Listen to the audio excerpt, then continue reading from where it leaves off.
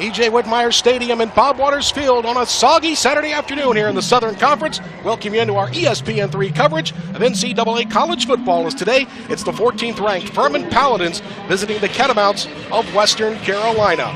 Rain-soaked field, rainy conditions throughout the southeast. We'll have to contend with that here this afternoon, and this chromatic battle between two purple-clad squads. Good Saturday afternoon, everyone, live from Cullowhee, North Carolina at E.J. Whitmire Stadium. Daniel Hooker alongside the coach, Rick Richards, and you got one team in the Furman Paladins. They're looking to bounce back from their first loss in conference play in similar conditions last weekend against the Citadel at home. They've got on the road here against Western Carolina, while the Catamounts for Coach Mark Spear, the season's gone anything but by script. They're looking to turn their season around. What better way to do it against a nationally ranked team here against Furman this afternoon? You bet, Daniel. Both teams are going to have a little bit of perseverance today. The conditions are not ideal, but I expect a great football game here with a couple of teams that both need a win. The Paladins are going to be a pissed off group. They lost a game to the Citadel last week, Daniel, that they probably should not have lost. They come in with two other losses to FBS opponents, and they've got star power all across the board. So it's going to be a tough matchup for the Western Carolina squad today. You talk about Western Carolina and some of the impact players we'll talk about throughout the broadcast this afternoon. For Western Carolina on one side, it was the question mark around starting quarterback Tyree Adams. Would he be able to go after being sidelined after just 4 plays a week ago at Wofford? Will he be able to go? And look on the other side, you got Darren Granger, a playmaker in his own right, almost like looking in a mirror. Darren Granger, the redshirt freshman, Daniel, car accident in high school, misses a year of ball, comes out, and all he does in his first official start against FBS school Georgia, Georgia State, they lose by 1 possession. He goes out there, throws for 311 yards, and he has 53 yards rushing. So we might see a little bit of a mirror image here, kind of like what we had as freshman Tyree Adams in town. Western Carolina Furman kickoff from Cullowhee is coming up on homecoming Saturday right after this.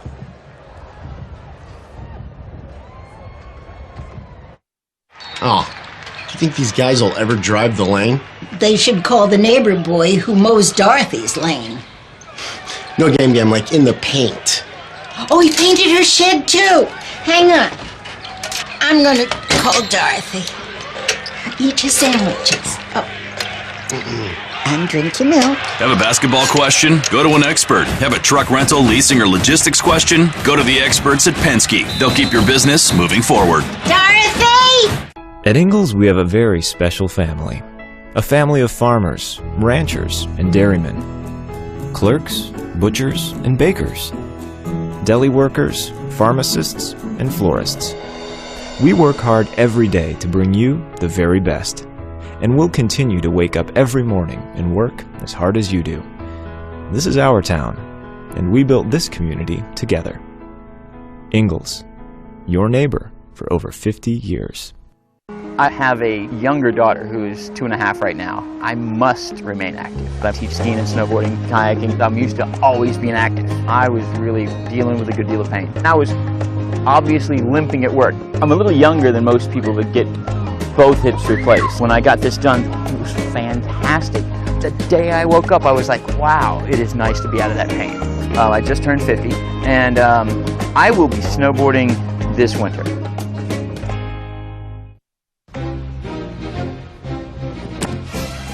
It's game time. Dude, that was Luke Kuechly. It's game time.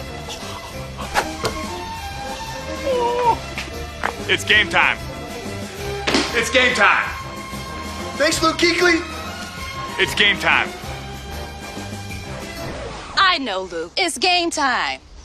Now help me with these groceries. It's game time. Currently not raining in Cullowhee, North Carolina, but it is in the forecast. It has rained off and on all throughout pregame. Both these teams were aware of it and were ready for it. Furman Paladins ranked 14th in the nation after losing last week, dropping 6 spots, dropping out of the top 10, but they look like a fired-up group ready to come on the road against a team in Western Carolina that has struggled over the last couple of weeks, just 1-6 on the year. They sure do, Daniel. And I got to say, this Furman team, this weather probably plays right into their hands. They're number 6 in the nation in running, Daniel, or 3rd in the nation in running, 280 yards a game. And I think we're going to see which squad can run the ball best here this afternoon. Julian Pletz will kick it away for Western Carolina. Pletz will kick it back to Wayne Anderson Jr., one of the dynamic return men, a freshman. They have young guys all across the field. As you get a look at one of the up men, Dominic Roberto, freshman running back, another one of those youngsters that have made impacts for this Paladin squad. Ball in the air. We're playing football on a Saturday afternoon in Cullowhee. Short kickoff taken at the 10. Looking for a lane, and he has it. Out across the 40-yard line. And again, special teams for Western Carolina at times this year have played lights out. We saw a fake punt taken for a touchdown at Chattanooga, but kickoff coverage at times has been a little shaky, and great field position for this Furman offense. Right there, the short kickoff really hurts the Catamount special teams, because when you have a short kickoff, Daniel, it allows that kick returner to get closer to his men setting up blocks. He hits the hole quick and takes it up to the 37-yard line. Redshirt freshman quarterback Darren Granger will be under center to start with one lone back. And we'll get a good look at that running back all afternoon in Devin Wynn. You see Darren Granger, the Conway, South Carolina, looking to throw on his first possession. Good pressure in the backfield for Western Carolina. Did not bite on the play fake. How about Jaden Pauling from his end position? Does a great job to come back out and does a great job of putting pressure on Granger, who misfires on the first pass. Testing the Western Carolina defense there. He turns his back to that edge, rolls out to that side. He does not bite, stays home, and makes a great play, brings up a second down. 52% completion percentage on the year. A lot of that because last week they only connected on, 5 passes, I believe, in the rain against the Citadel. Brings up second down and 10. Great starting field position. They actually marked him shy of the 40 when he slid on the kick return beyond the 40. Second down, 10. Another play action. Looking downfield, has a man, delivers a strike. Looking for more running room. Making the way down the field, a big completion to Thomas Gordon, one of those outstanding flankers, outstanding weapons out on the edge for Granger. One of those things, you're scouting all week, you're thinking run, option. So you put 8 guys in the box, and all of a sudden 2 plays in a row, Daniel, they come out firing the football, and a big completion there for Furman brings up an easy first down at the 25. Going tempo, Granger in the shotgun this time. First and 10. Handoff goes to Wynn. In the backfield, Ty Harris slings him down. Nice job on the first running play from scrimmage. And Ty Harris from that linebacker position, the junior, able to come up and make a stop. 4 purple jerseys there, chasing Wynn down. Great job by the Catamount defense there, bringing up second down. Ty Harris, a junior linebacker. We'll get a look at that starting lineup if we can before this drive is over. Furman moving quickly on the short field. One big pass completion, the only positive play so far. Another negative play here.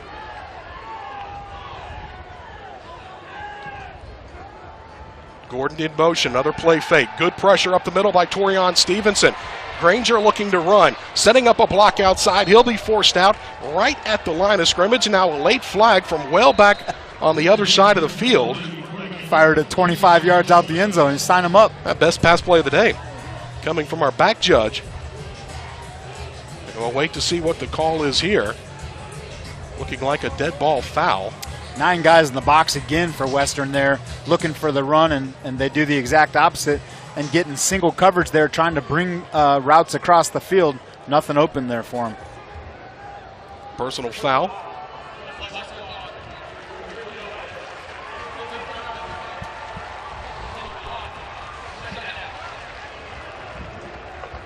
So it was a personal foul whistled on Furman. That'll be taken by the Catamounts. We'll back up the Paladins back out near the 45-yard line. And again, it's a Furman offense that struggled against a rejuvenated Citadel team last week. Of course, Western Carolina was within 11 points against the Bulldogs in the second half, and they're meeting down in Charleston.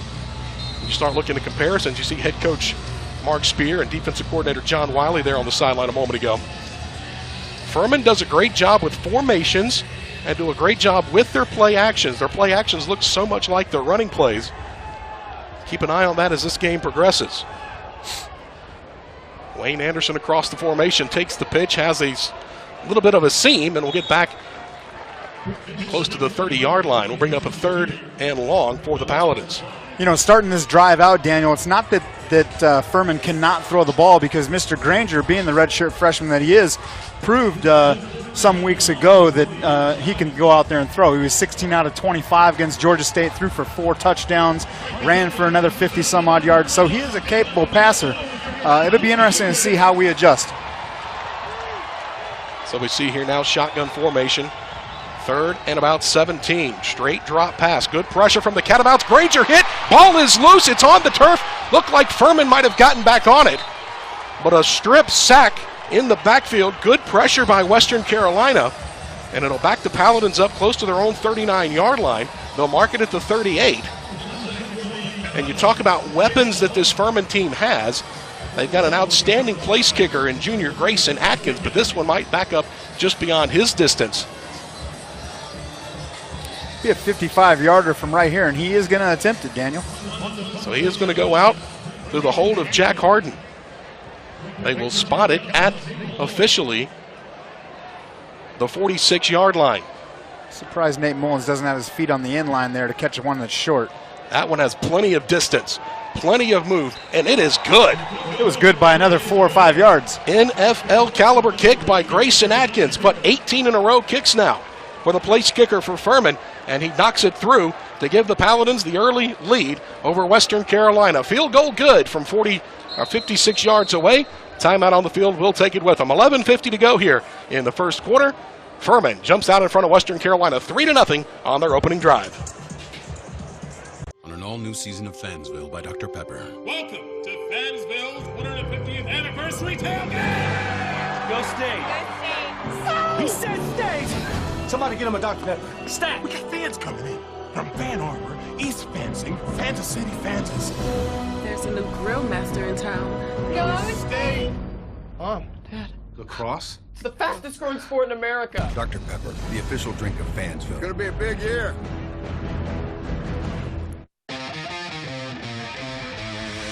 Microphone 1 2 1 2. Pack the whole place out. Watch what I do. 'Cause it's game time now. Oh, and we don't play. Yeah. What you know about? You don't really know about. Tell me what you know about. I've been going hard. Oh, I'm going so hard. Oh, I'm going so hard. What you really know about? Tell me what you know about.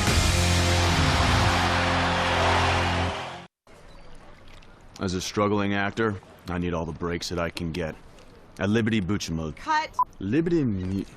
Line. Cut. Liberty Mutual customizes your car insurance so you only pay for what you need. Cut. Liberty. Am I allowed to riff? What if I come out of the water? Liberty Bibbity. Cut. We'll dub it. Liberty Mutual customizes your car insurance so you only pay for what you need. Only pay for what you need. Liberty, liberty, liberty, liberty. You know what today is? Today's somebody's first day of work. There'll be nothing perfect about it. Because nothing's given, except maybe a nickname like Waterboy or Broken Windshield Guy. Out here, you gotta earn it. The same way this Carhartt jacket has to earn the right to be on your back. Just don't forget the tag, rookie. Carhartt, we've got your back 24/7.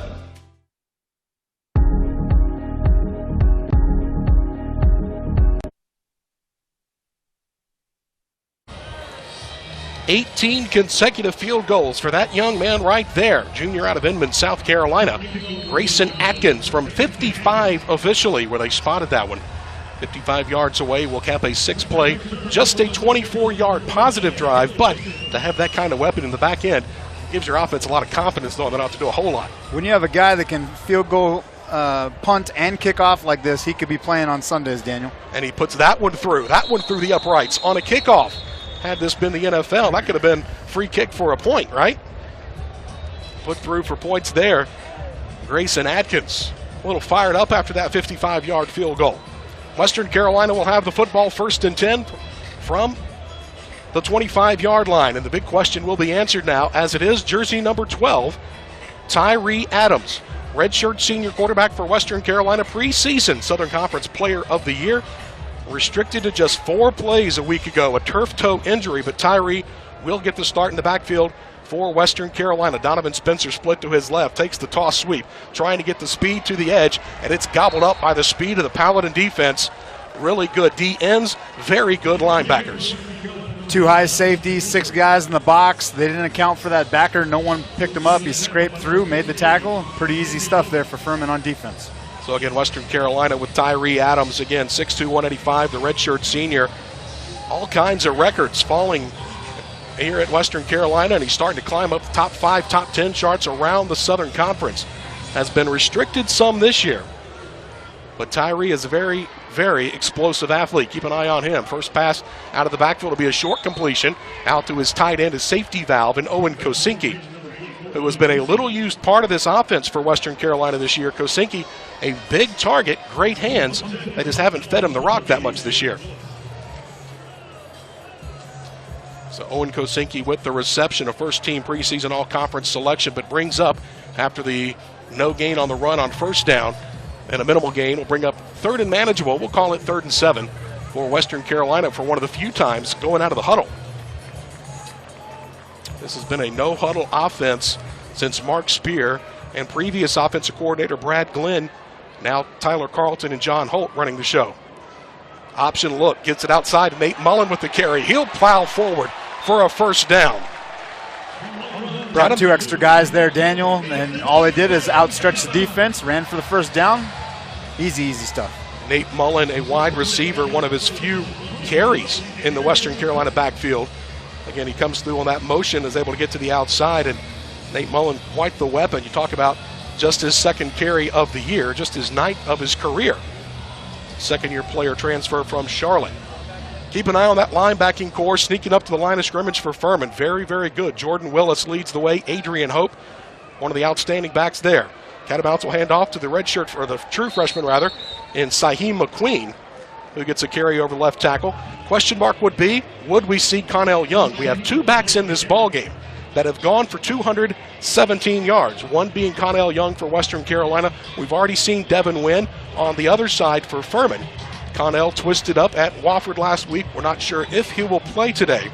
Is dressed, is out there, but waiting to see if Connell will see the dueling 200-yard backs today. I'm excited to see what Saheem McQueen brings to the table. The freshman, we haven't seen him in a few weeks. He had a great coming-out party there, his first collegiate game, and I think he'll do well. Toss sweep, McQueen near side. Good block at the point of attack up the field by Caleb Ferguson. A running back split out at the wide receiver position. McQueen tweaked a knee. You notice the knee brace on that left knee. Just got the knee brace prior to the Wofford game. They tried to use him sparingly to get him back in the flow of things. Right now trying to take full advantage of potentially only playing him those 4 games that the NCAA allots for freshmen to still be able to redshirt. A good gain there will bring up 3rd down and manageable. 3rd and short for Western Carolina. A lot of huddling that we have not seen in the past few weeks by Western Carolina.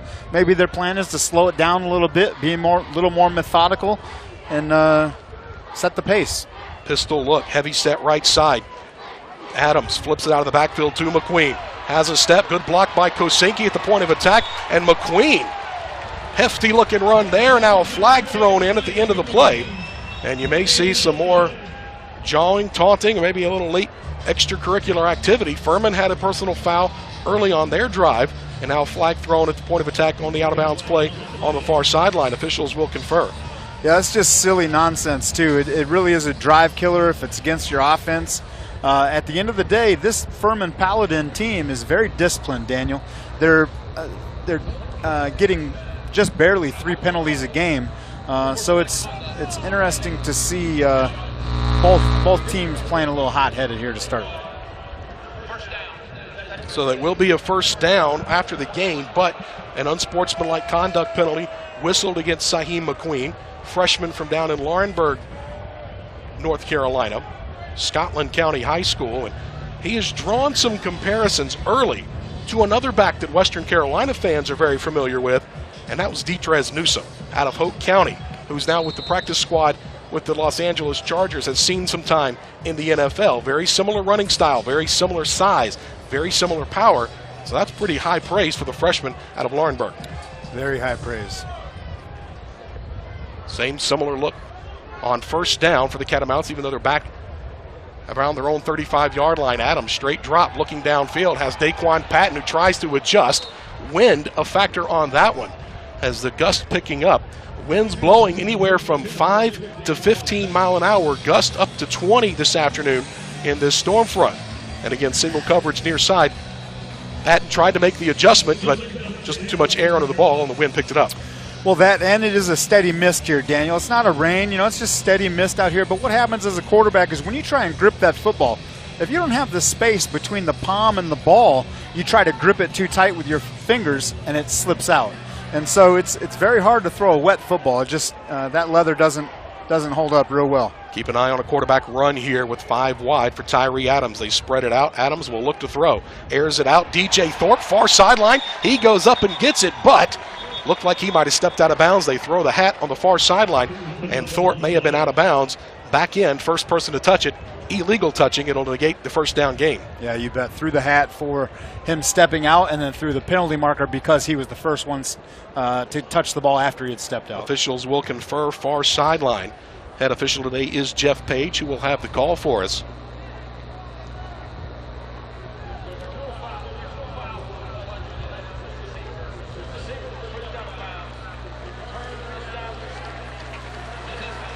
Well, they're going to say he was pushed out of bounds, so he was forced, not out on his own volition.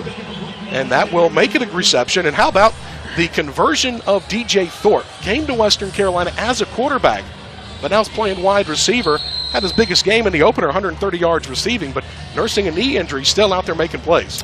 6'3", too. You got to love that big target. And a guy that says, okay, I'm not going to be able to play quarterback here at Western. I understand. Put me out there, coach. I want to be an athlete. I want to help support this team. Near the midfield stripe for Western Carolina, their opening drive after the 55-yard field goal. Flings it out here. Caleb Ferguson in space, trying to make something happen. Runs over one guy, running through the tackle attempt here near sideline by Travis Blackshear. Caleb Ferguson, a local product from Waynesville. Most notably been on what he's done on special teams, but finding more of a role within this offense. Nate Mullen out there on the edge, Daniel. He's got to hold that block and go till the whistle there. Otherwise, it could have been a real good gain. He doesn't stay on the block, and his guy ends up making the tackle. Slaps his hands together, understands that he missed an opportunity there. Brings up a 2nd and 7 or so. So we'll be across the midfield stripe after a 3-yard gain. 2nd down, 7.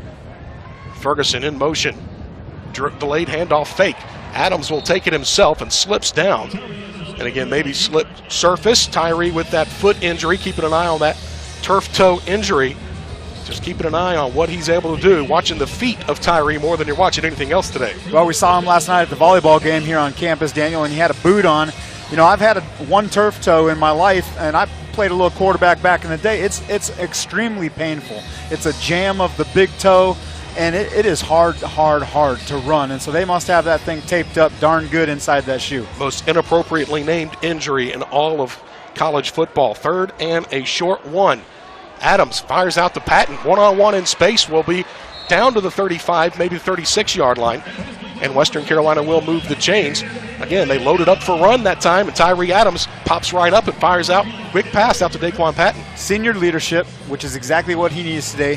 RPO, comes up to the line, sees all those guys in the box, says, okay, I'm going to fire it out here to my guy. Catches it, easy first down there. Great job by Western Carolina offense. Daquan Patton, only a couple of catches last week for head coach Mark Spear's squad. 9 yards receiving. Again, Western Carolina's offense stuck in the mud at Wofford a week ago. 1st and 10 for the Catamounts. Now a steady rain starting to fall. Tyree Adams fakes it, throws across. What a grab by DJ Thorpe down to the 20-yard line. He says, feed looks me. like a wide receiver, not a quarterback on that throw. Well, it's interesting. Furman kind of doing the same thing here. They're saying, listen, we're going to make you beat us throwing the football. We're going to play man coverage. We're going to load up the box. We haven't heard anything from Adrian Hope yet, number 81 out there, who's their All-American on the edge, because the ball is getting out so darn fast. 1, 2, 3, get rid of it, or RPO option, 1 step, get rid of it. Kind of alleviates having a guy that's that athletic there on the defensive side for Furman. Well, this Furman defense, I'll tell you what, you talk about Adrian Hope, Braden Gilby, Donovan Perryman, and Jordan Willis, that starting linebacking core among the best in all of FCS football. Pass out into the flat, goes to Nate Mullen, but Daquan Patton did not do a job on his block out in space, and Mullen's going to be knocked out of bounds very quickly. If Western Carolina is going to continue to try and get those quick passes out on the edge, they must get a better job done by those wide receivers blocking those defensive backs. It comes down to want to. You jump out of bed in the morning and you say, I'm going to go dominate my position. Do your job. That's been the key word from Mark Spear when you talk with the coaching staff here in Cullowhee this week. Do your job, fundamental football, and we're seeing more fundamental out of the Catamounts. Again, less of that hurry-up mentality, more of the huddle, and try to make something happen. Second down after a loss of 1. We'll call it 2nd and 11. Adams running the option. Cuts it back, ducks his head, slides forward. Now he's going to be bundled up, and this is where, if you're Western Carolina, you worry about that foot getting stepped on in traffic, in a huddle, in a pile. He'll take it down inside the 20-yard line. Makes it a 3rd and manageable, but 3rd down, and this is where Furman's defense really starts to bow their back down in the red zone. So Western Carolina, John Holt, one of the play callers, one of the co-offensive coordinators. What will they come up here with on 3rd down and 6? You know, that Thorpe has had a great start to the beginning of this game here as they slide. It's like Mullen to the inside with Kosinski. Yeah. Or Clayton Bardall. 93% red zone touchdown efficiency. Adams will keep it himself, tries for a little explosive move, and he's still up, still spinning. And he's spun down inside the 10, and that's going to be a Catamount 1st down. It'll be 1st and goal for Tyree Adams. Looking like a Plinko chip bouncing off of would-be tacklers down there. And I love that Nate Mullen there stayed in pitch relation the whole time, just in case last second Tyree wanted to flip that out to him on an option. And good pickup there. 1st down and goal now for the Catamount offense. You see Thorpe back in there. There's Grady Thomas, the veteran, most veteran offensive lineman for Mark Spear's squad. 3rd-year starter for the junior out of Spartanburg, South Carolina. Steady rain falling. Empty backfield. Motion out by Spencer. Adams looking, has it lane. He's going to turn it up. Shimmy shake, move, dives for the end zone. Touchdown, Western Carolina. Man coverage out there, 2 receivers. One guy goes out on the bubble, one guy comes in on the slant. Easy, natural pick play. They play man, they run with it. No one accounts for the quarterback. Runs outside the edge and takes it up for the touchdown. 5th rushing touchdown of the year for Tyree Adams.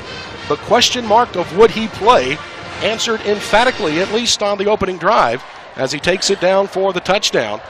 Career rushing score number 18 for Purple number 12. PAT by Julian Pletz out of the hold of Tucker Willem is up and is good. Western Carolina takes their opening drive down the field. They'll have points. Western Carolina will grab the lead over 14th ranked the Furman Paladins, and it's all on the shoulders, the legs, and the stretch of Tyree Adams as he finds the running groove and stretches it across the goal line. 7-3, Catamounts in front.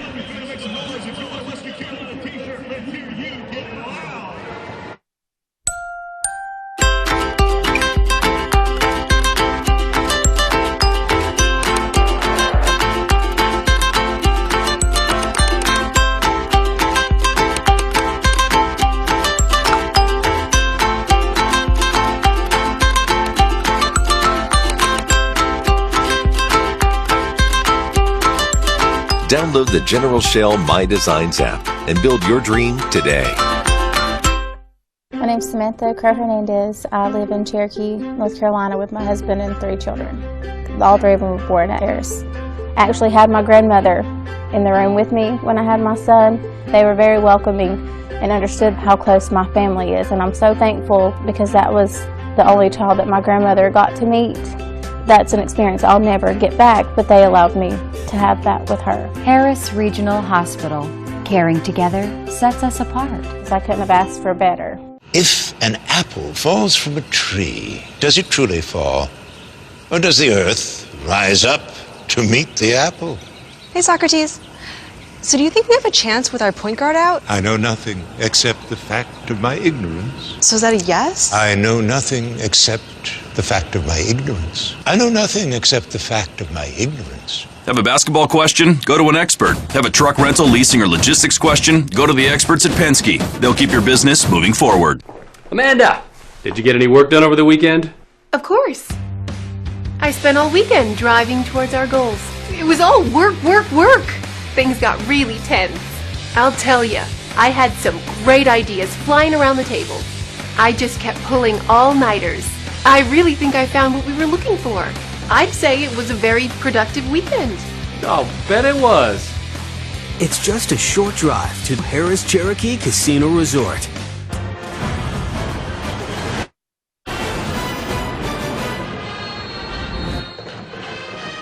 Western Carolina with a 16-play, 75-yard drive will find a 7-yard touchdown run by Tyree Adams.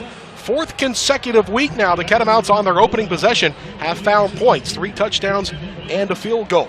Again, another short kickoff, and again, a lane for Wayne Anderson Jr., but he's going to be gobbled up just shy of the 30-yard line. So short kick, but better coverage that time. Really going to the corner, trying to hem him in, using the sideline as well that time for the short kick by Western Carolina. Great job of coaching it up by the Carolina coaches. You know, at the end of the day, if he's not doesn't have the ability to kick that ball in the end zone today because of the weather, we got to do a better job of covering the kick, and they certainly did there. And Tyree Adams, orchestrating that 16-play drive, ran for 28 yards on 4 rushes officially. Under center, handoff up the middle as they go to the ground and pound game through the Furman Paladins. You know, the whole offensive line back from last year, I think, you know, this kind of weather, it plays into their hands. I got to think that they start running the ball here and see what they get with Devin Wynn. You talk about Bo Layton, left tackle at 6'7". Reed Krober at 6'4", 302. Cole Neely, 6'3", 283. Big Jordan Harris, 6'4", 303.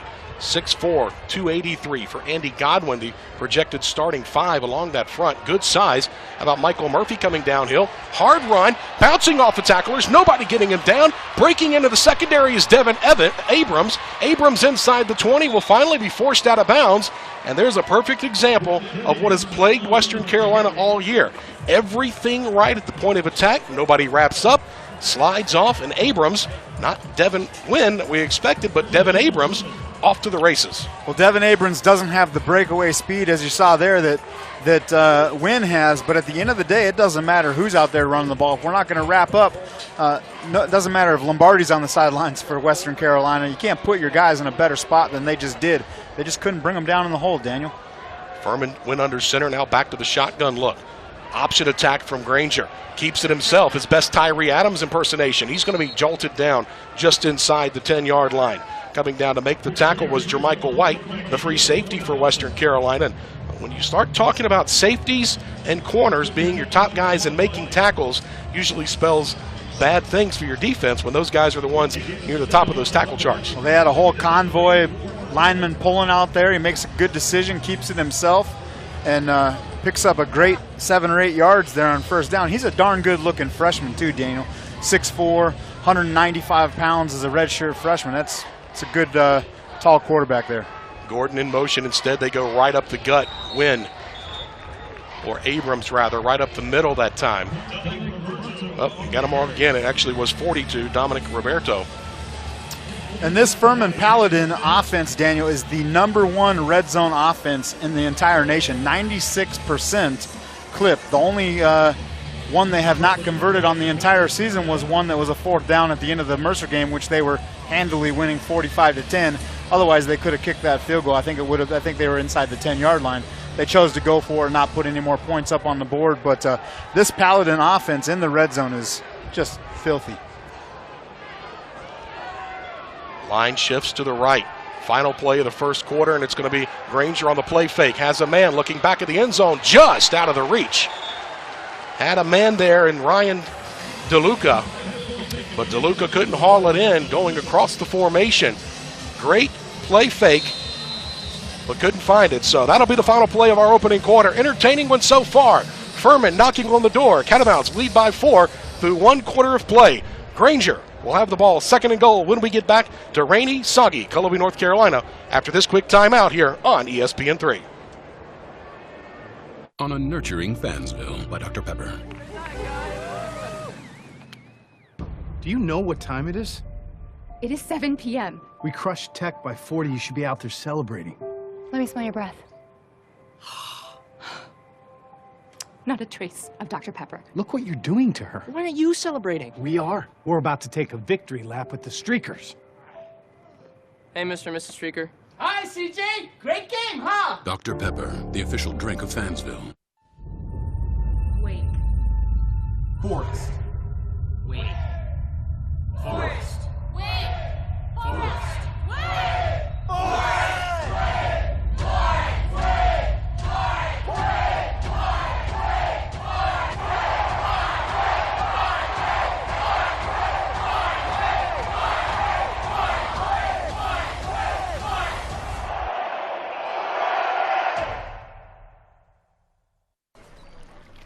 As a struggling actor, I need all the breaks that I can get. At Liberty Mutual. Cut. Line. Cut. Liberty Mutual customizes your car insurance so you only pay for what you need. Cut. Liberty. Am I allowed to riff? What if I come out of the water? Liberty bibbity. Cut. We'll dub it.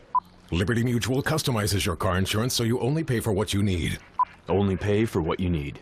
Liberty, liberty, liberty, liberty.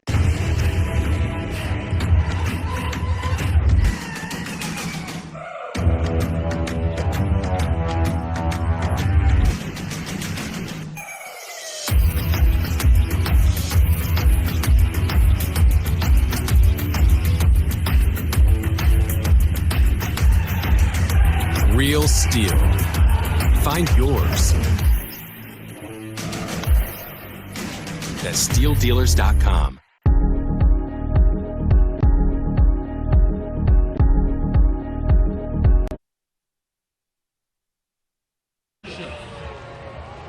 Both teams with a first quarter scoring drive. Furman driving here. Looking at the first play of the second quarter. See what happens on this second down and goal from the 6-yard line. Option play. Granger going to keep it himself. Nobody. Oh, he runs into a wall and he loses the football. Western Carolina says they have it. And now they're looking to see, trying to unpile everything, and they're going to say third down. Furman got back on it. As again, Granger looked to be waltzing into the end zone and a big-time hit right at the goal line. Again, it's not on the scoreboard till it gets under the purple grass, they say. Lots of crazy things happen in the bottom of those piles. You know, Darren, he probably wishes he had that first down play back because it would have been an easy touchdown. This second down play takes a huge lick there and coughs up the ball, Daniel. It was 58, Darius Smith, and now they'll just plow forward for the touchdown. Catamounts had the opportunity to get off the field, but Furman, behind that big, strong, veteran offensive line, plows in for 6. Boy, that was taking candy from a baby there. He just walked it on in, Daniel. Big time push right up the middle for the touchdown for Furman, who will grab the lead back here at 9-7. Again, they were a bit of factors of getting on that loose football with the pile going on right at the goal line. And now Grayson Atkins will come back on for a PAT. Knocked one through from 55 yards on a field goal to start scoring. This one a lot easier of a chip shot. Up and good. 14-18 on what, the second or third play here of the second quarter. Furman, 14th ranked in all the land, will climb back in front on the touchdown run by Devin Wynn. 10-7, Furman out in front of Western Carolina. And it all is because of this run right up the gut. Power football by the Paladins, and they lead by a field goal early second quarter.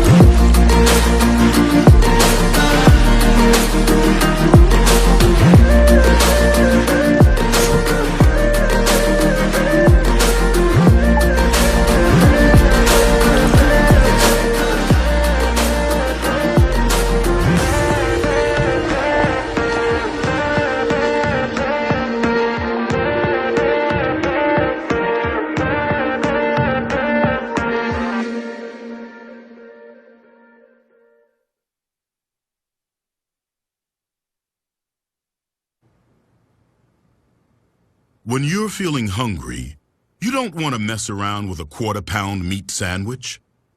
Instead, eat the new half-pound roast beef sandwiches. 8 ounces of thinly sliced, tender roast beef. And if you really want a quarter pound of beef, that's cool. Just eat half of one of these. Arby's, we have the meats. For the past 42 years, and with over 28 million sold, More people have put their hard-earned money on a Ford F-Series truck than any other pickup in America. Yeah, I'd say that's money well spent. It's Ford Truck Month, America. Time to join the stampede. Now during Truck Month, get 0 for 72 on select F-150s or get $11,500 in total savings at your Carolina Ford dealer. Devin Wynn, with his 7th rushing touchdown of the year, has put the Paladins back in front by 3, 10-7. Early here in this third quarter, Atkins toe to leather. That one all the way back to the goal line, and Caleb Ferguson will watch that one sail into the end zone. Touchback again by the outstanding kicker in Grayson Atkins. But you go back, you mentioned Furman missing a open receiver on the first down play. Nearly a fumble turnover on the second down play, but then they turned to old reliable Devin Wynn, who takes it in for the touchdown for the Paladins. You know, Devin Wynn, that's his 7th touchdown on the year. His last 12 games, Daniel, he's averaging over 100 yards per game rushing the ball. But at the end of the day, when you play on paper a better football team, Furman ranked number 14 in the nation, and that ball gets on the ground, you have to take advantage of your opportunities. And right there they didn't, meaning Western Carolina, and Western Carolina pays for it, giving up the touchdown early. Tyler Mitchell, little used senior, with the end around. Technically a pass, because looked like Tyree Adams tossed the ball forward even though it's underhand. The shortest pass completion you can ever make in a football game. But how about Tyler Mitchell? Didn't play football a year ago after playing his first couple of seasons, little used, was mostly a scout team, practice team guy, but comes back for his senior year and now getting involved in the offense heavily at times for the Catamounts. And changing up the play calls, you know, not always doing the same thing, keeping it the variety out there in terms of keeping the defense on their heels. Western Carolina doing a good job moving this football here in the first half. First down carry by Mitchell on his 7th career reception, and that one just thrown a yard out in front. Catamounts to the ground will give it to Donovan Spencer. Turns the corner. He's pummeled down on a big-time hit. Linebackers crashing downhill from all angles, and Braden Gilby introduced himself to Donovan Spencer that time on the near sideline. Gain of 5 will bring up 2nd and 5 for Western Carolina. Catamounts, again, uncharacteristically, maybe the first time we've seen the Catamounts this year in all the games that we've seen them play, that they've gone huddle and slow, methodical. Coach Spear talked about it's the 150th year, celebrating the anniversary of college football, going back to the original huddle here that they did back 150 seasons ago. Adams in the backfield, springs free. He's rudely greeted. Middle of the line again. Was that Gilby again coming up for the tackle? Boy, Gilby was impressive in some of the film. You know, he had 12 tackles a few weeks back against Virginia Tech. And Gilby, you know, the redshirt freshman, you know, if you're making those kind of plays as a youngin', that means you're probably going to have a pretty darn good career. In linebacking core, very, very good for this Furman squad. And it doesn't drop off when you talk about Josh Agbanu, who also jumps in there. Brings up 3rd down and 5. No gain on the previous play.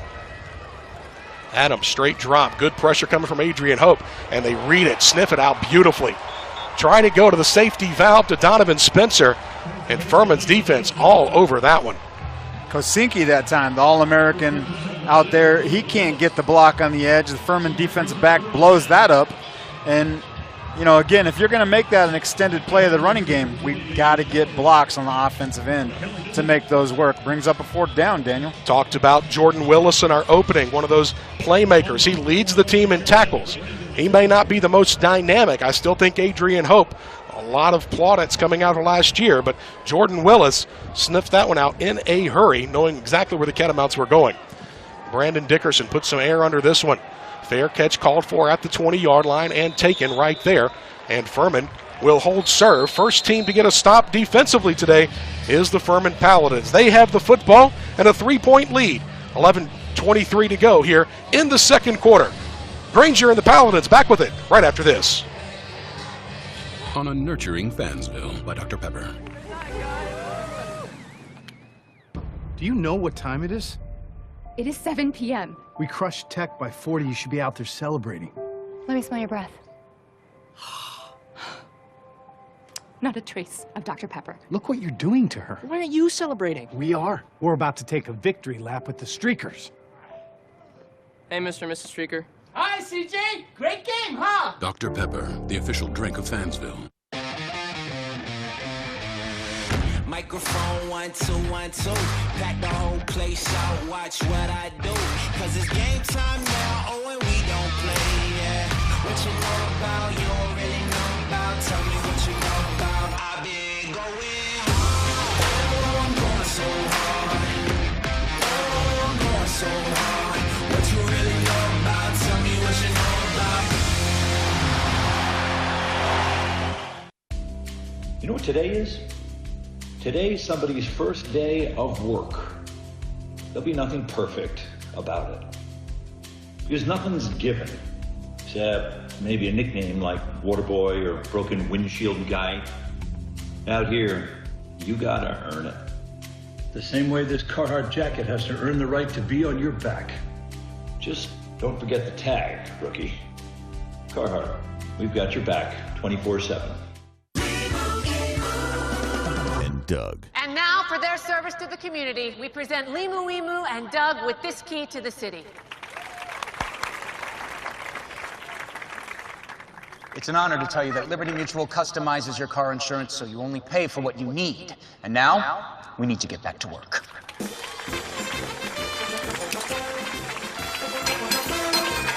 Only pay for what you need. Liberty, liberty, liberty, liberty.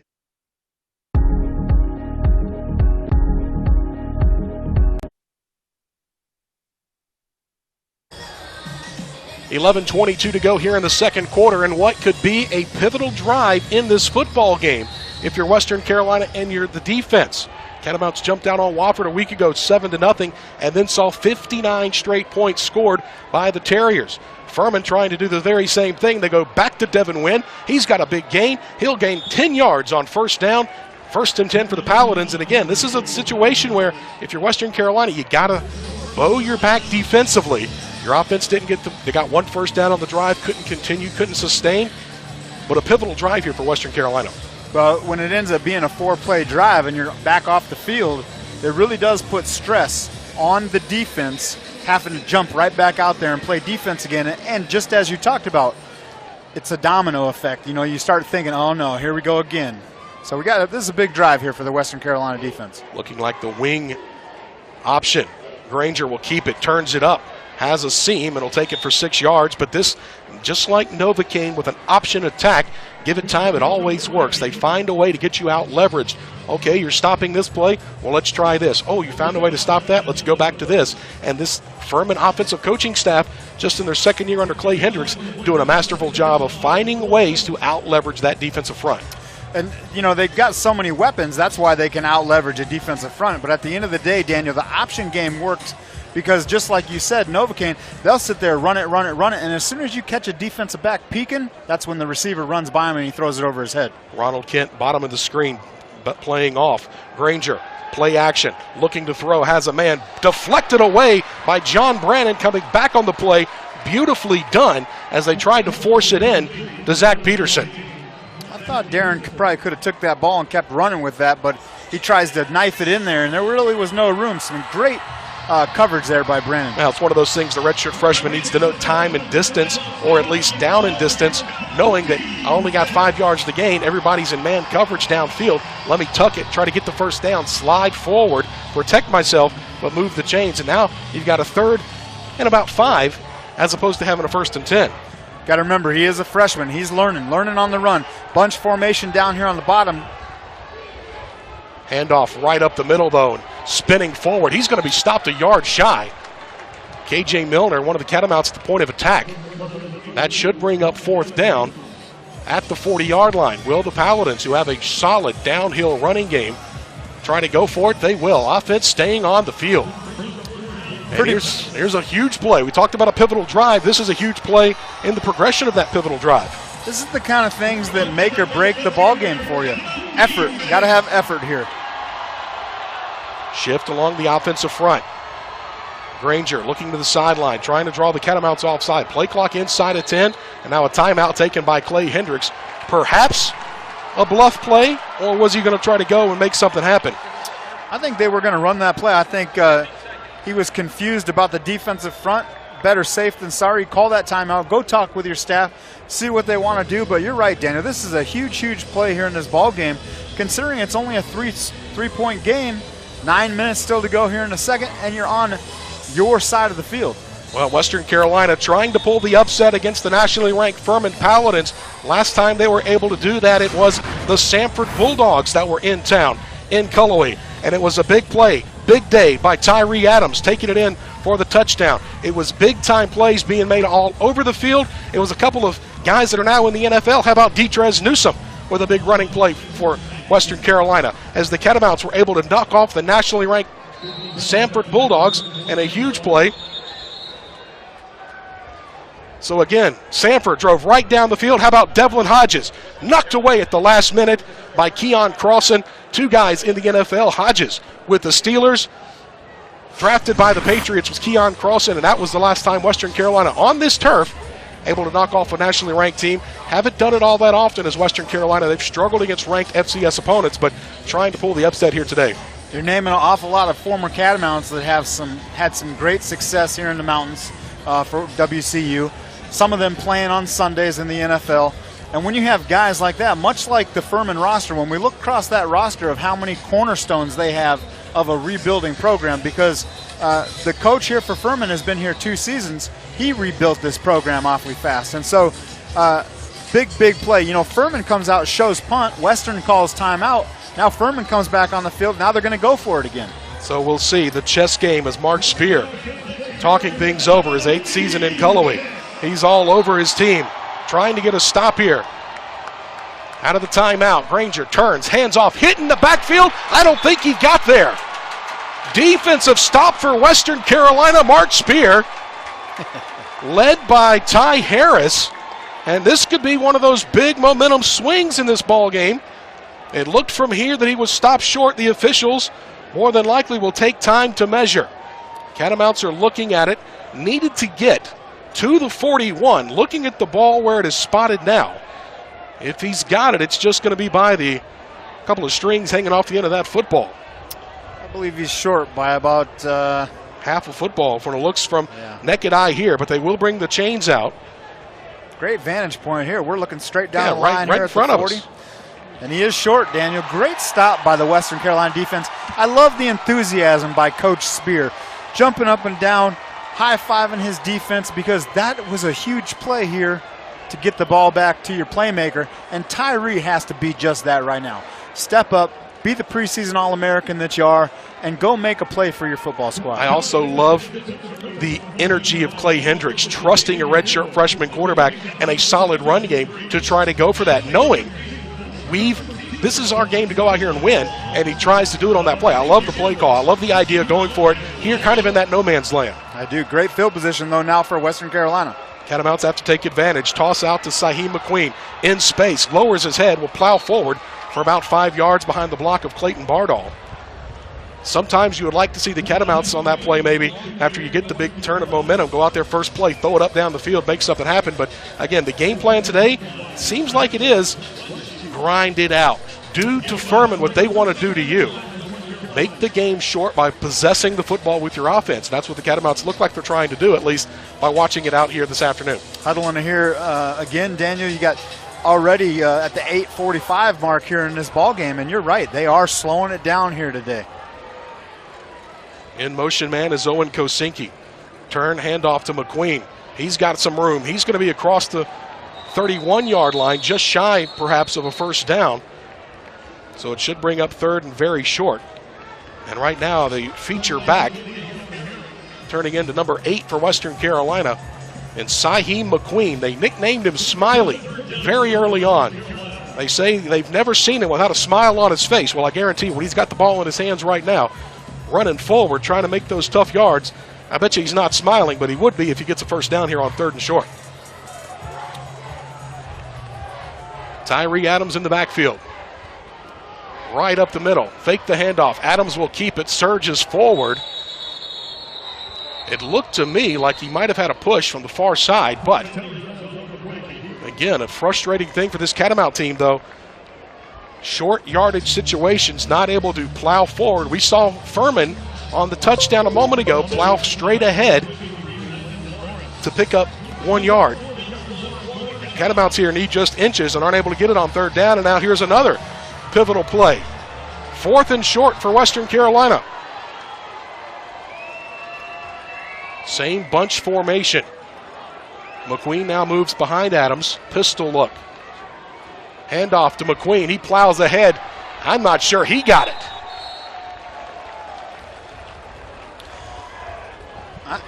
I'd like to keep that ball in my playmaker's hands and maybe get him to the edge. 2 straight plays there. They're not able to move the sticks running through the middle. It would have been a 49-yard field goal for Western Carolina's kicker. Maybe with the wind and the weather, they don't think they can get it through the uprights there, so they go for it on 4th down. And now you got the great stop defensively at Western Carolina. And you give the ball back to your offense, and in 4 plays, again, possibly back off the field, and Furman offense comes back on. Yeah, did not get it by the nose of the football. You'd like to see a defensive stop pump up the offense, offensive touchdown pump up the defense, and vice versa. Didn't happen there. Furman, great stop after their offense let them down. How about the Paladin defense rising to the occasion? With their backs against the wall, they stop the Catamounts cold. 7:07 to go here in this second quarter of action. Furman out in front of the Catamounts by a field goal. Paladins with the ball back right after this. I decided in middle school that I wanted to be a forensic scientist, an engineer, a teacher, and probably a coach. I think I want to start my own business. This is what I want to do every day for as long as I can. I just want to try new things. I want to win, always. I work best under pressure. I just want to be on stage. I haven't decided what yet, but I want to be great at it.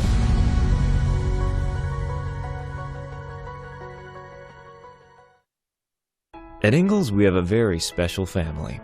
A family of farmers, ranchers, and dairymen.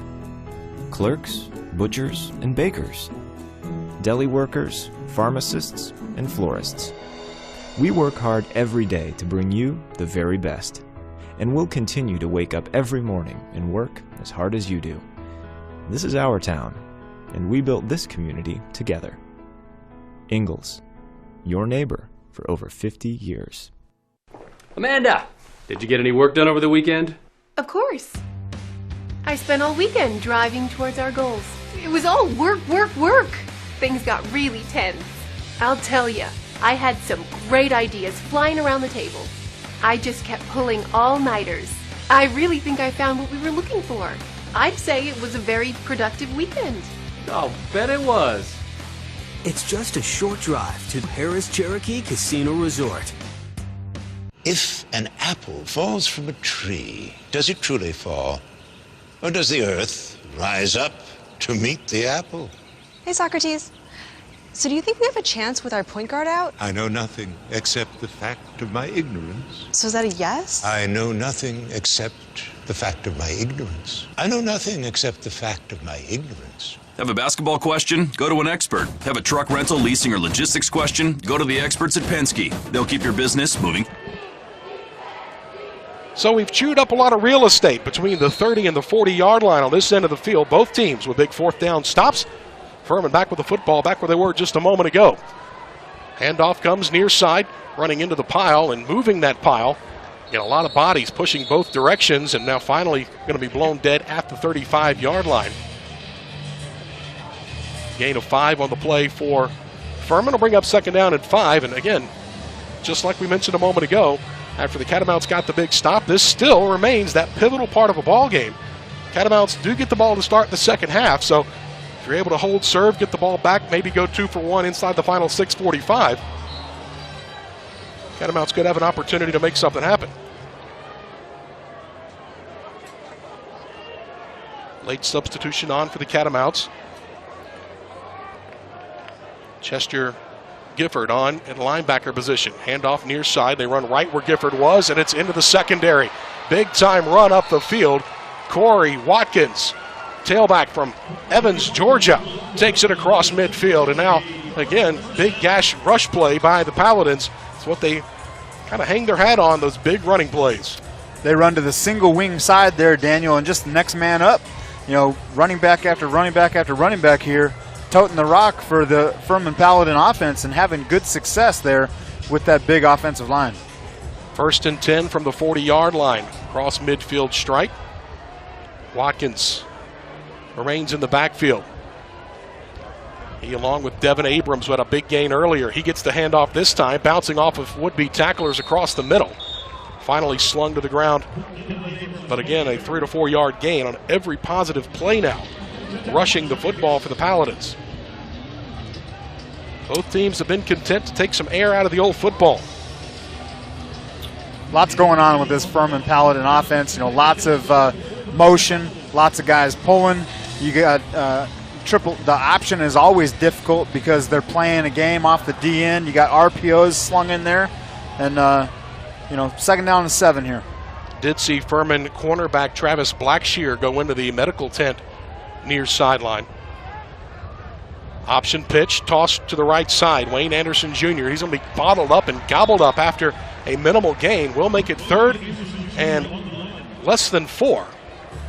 But right now they're going everywhere they want. Off tackle, up the middle on the dive, the toss sweep.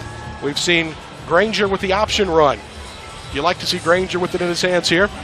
I do. I'd like to see him throw the ball again. They've got a superstar in Mr. Gordon, who's got 137 catches in his career. And he's pretty darn good, Daniel. But on that play, they came out in double wing. Western Carolina outflanked him, was able to stop him after only 2 or 3 yard gain. 3rd down and 5 here. Shotgun, 2 back set for Granger. Straight drop, looking to pass, pressure coming, finds a man, and he short hopped it. The one shortcoming for Granger, at least out after last week, when the inclement weather is there, he didn't play as well. Didn't play as well last week at horrible conditions in Greenville, South Carolina against the Citadel. Conditions a little bit better, but still a wet football, muggy, overcast day.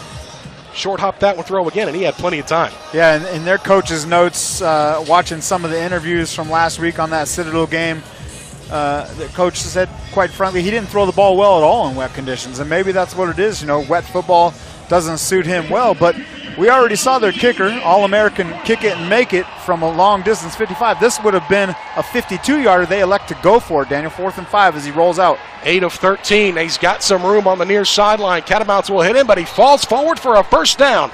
Catamounts had him hemmed in, and what a job by Granger. 9 of 13 now on the year on 4th down are the Furman Paladins.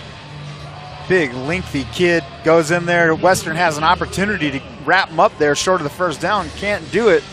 And what a great job there by Darren Granger, tucking the football and taking on the defensive backs there, getting the 1st down. It does a great job with the RPO. Even if he's going to run all the way, he still had that pass option that made the guys respect and had to stay on their man downfield. Nicely done by the redshirt freshman, new set of downs at the 29-yard line. Under 4 to go before halftime. Handoff right up the middle. Bottled up by the Catamounts. Good job, Jaden Pauling, KJ Milner, Michael Murphy, Darius Smith, all at the point of attack right there for Western Carolina. Straight fullback drive, trying to trick them, and it didn't trick anybody there as Western Carolina gets a good stop there. Now you go right back on this play and run the same motion, and you fake the handoff, let 3 guys tackle the guy without the football and try to get Granger on the edge. That's what this Furman team does so well with the play fakes. Show you the same motions, show you the same plays, but do something different on the outcome. Ronald Kent, best cover corner for Western Carolina. Option pitch, wide open outside, looking for the edge, but it's gobbled up quickly. Great pursuit by Western Carolina. That play looked like it had big potential as Devin Wynn out of the backfield took the toss sweep on the option pitch from Granger. But great hustle, great recovery by Western Carolina defensively. Ronald Kent, I tell you, the way he played off that blocker, that wide receiver, same problems that Western's having when they run out to the edge there. Kent Jr. plays off that wide receiver block and makes the play in the backfield. Another big 3rd down here, well within field goal range of Grayson Atkins, who was knocked through 18 in a row, including a 55-yarder earlier today. Furman wants a 1st down, but tripped up, nicely done. Coming through is Ty Harris once again. Little shoestring action that time. Able to knock down the ball carrier as Wayne Anderson Jr. tried to find a seam. And with 2:27, the clock time remaining, timeout on the field. 3rd and 7, they run that ball, Daniel. It almost made me think that they made up their mind that they were going to go for it on 4th down if you're running for it on 3rd and 7, instead they trot out the field goal kicker again. And I'm not second guessing. But at the end of the day, you'd already went for it on 4th down, 7 yards behind here because it was a long 52-yarder. It was interesting on that play call, though, to run it on 3rd and 7 unless you were going to go for it again on 4th down. 47th all-time series meeting between Western Carolina and the Furman Paladins. The Catamounts with the purple over gold. You see the 32-12-2 edge leading are the Furman Paladins. Of course, they won last year 44-38 in a close ball game down in Greenville, South Carolina. But again, adverse kicking conditions we'll see now as they do trot out Grayson Atkins. 2:27 on the clock, looking to make it push it out to a 6-point advantage. Atkins, snap back, ball down, kick on the way. That one's no good. That will snap the string of 18 in a row. The hold was not good. The spot had a little bit of trouble. They talk it over as Jack Harden comes off the field with Grayson Atkins. And I was going to say, you look at that field condition, you look at the weather playing into things like special teams. Do you play? You said that you felt like they were planning to either go for it on 4th down or just trying to set up the field goal because you have Mr. Reliable, Mr. Atkins back there. But again, these field conditions and the weather right now not helping either side. Another good stop. At the end of the day, it comes down to a stop. They couldn't execute. I'd like to see Tyree throw this ball down the field. Here's Thorpe up top by himself. Single high safety. Throw it down the field. Let him go up and get it. Instead, they fake the toss sweep. Tyree's got a step. He's into the secondary. Spins. Got hit low. But again, keeping an eye on that turf toe injury, and Tyree with another big carry. He'll gain a 1st down on the 1st down carry. And maybe that's the type of play back on the 4th down a moment ago. You'd like to see Tyree in space, perhaps. Spread him out. That's what the spread option does for you. Gives your playmaker some room to work. Catamounts for the first time in the ball game now go no huddle inside of 2 minutes to play. Snap throw over the middle. Got it complete to DJ Thorpe. Spins forward. Thorpe, you noticed a little hitch in his giddy-up. Nursing a knee injury suffered a couple of weeks ago. Got a knee brace, a knee wrap on it, but he seems to be okay, up and moving quickly after the 7-yard gain. 2nd down and 3. Adams, long time to look. Comes out far. Long throw to the outside. Gets it to Daquan Patton, who turns it upfield at the 45-yard line. 1st and 10 for Western Carolina. And this is the most methodical we've seen this Western Carolina offense, quite honestly, in weeks. Well, they're in their 2-minute hurry-up. That's one difference.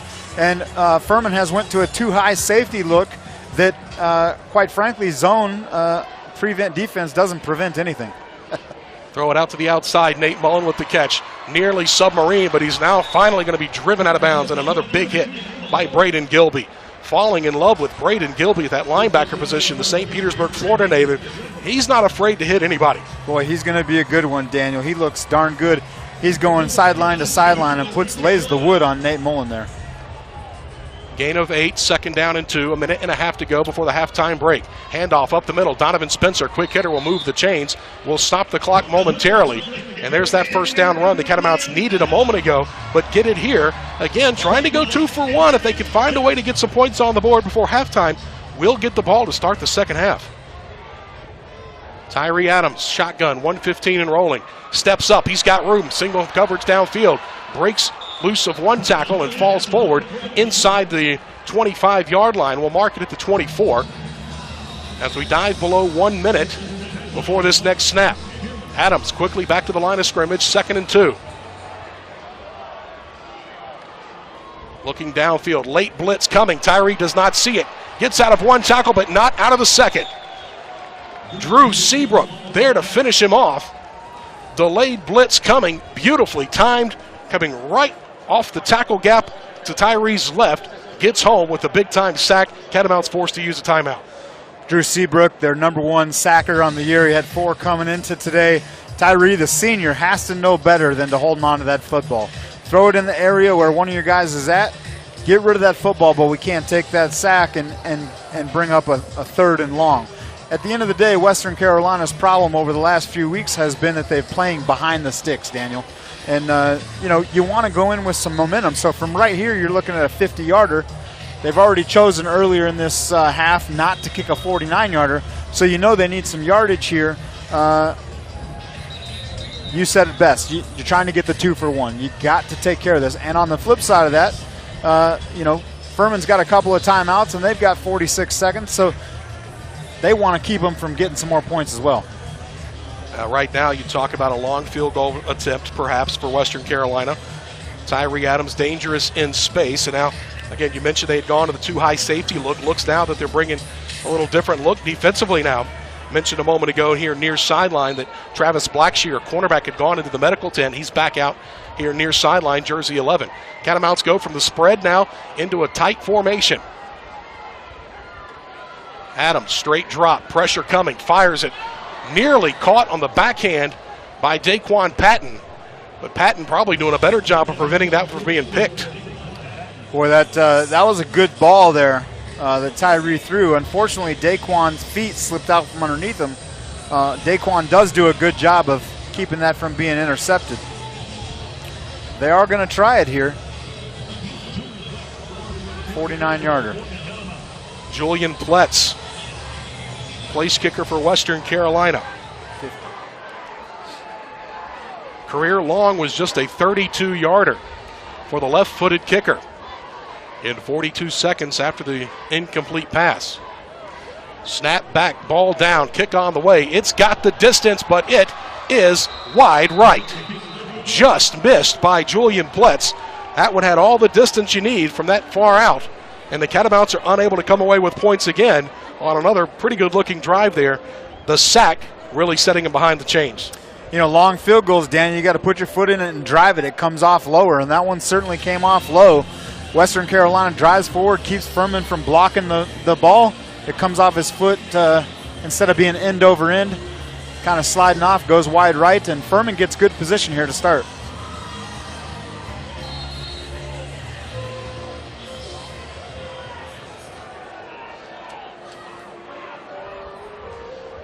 Granger keeps it himself, will take it right up the middle. Not a lot of room there. This is where a lack of passing attack really hurts you in your 2-minute offense to get points before half and or the end of a game when you're down, Daniel. You've got a very run-heavy offense, 6th in the nation, 280 yards a game, but Granger, obviously wet conditions, has not shown that he's been able to throw the ball down the field. And so I look for something, getting him out on the edge and trying to maybe hit some crossers here. So the timeout taken. It's 2nd down and 5, and Furman still with one more timeout remaining with 31 seconds remaining before the halftime break. Catamount defense has had a couple opportunities. Ball put on the turf early down, right before a touchdown. Have gotten the 4th down stop. The offense couldn't convert. But have had their chances here against the number 14 team in the country and would like to keep it at worst a 3-point deficit at the break. 31 seconds, Granger.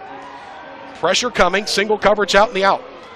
Michael Murphy will drive him back, keeps him in bounds, and also prevents the first down. And so the clock will continue to run now inside of 20 seconds. Furman and Clay Hendricks wisely comes over to call it. They looked confused that they thought it was going to be a first down or was going to be out of bounds. It was neither, and now it's 3rd and short with 20 seconds remaining. Great open field tackle, forces Furman to call their last timeout. Again, great job of bending but don't break. Western Carolina has to make sure on these last 20 seconds they don't get caught peeking in the backfield. Trying to be too aggressive, coming up for run support, get caught peeking, and all of a sudden it goes over your head. Well, it's one of those situations where guys trying, instead of doing their 1/11th, try to make a play, try to make something happen, and all of a sudden you dive, you miss a play, you miss a deflection, you go for an interception and don't get it, and it's a big play, and obviously we've seen the leg of Atkins. All Furman's trying to do is get it within range for him to let him start another streak after seeing his 18 consecutive go by the wayside on that missed field goal a moment ago. So you need about 13 yards here, Daniel. If you get 13 yards, that puts you at the Western Carolina 45-yard line. Ish. Yeah, might need a little more than that here, but they'd have to get up real quick and clock it. Clock would stop on a first down. Granger, a lot of time looking, now will take off and run. Clock inside of 15, good cutback will slide down. will stop the clock, and they're inside the 40. Granger going quickly with 13 seconds left.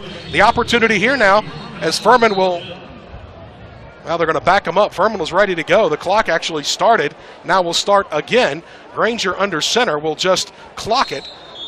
Clock remains at 10 seconds apparently.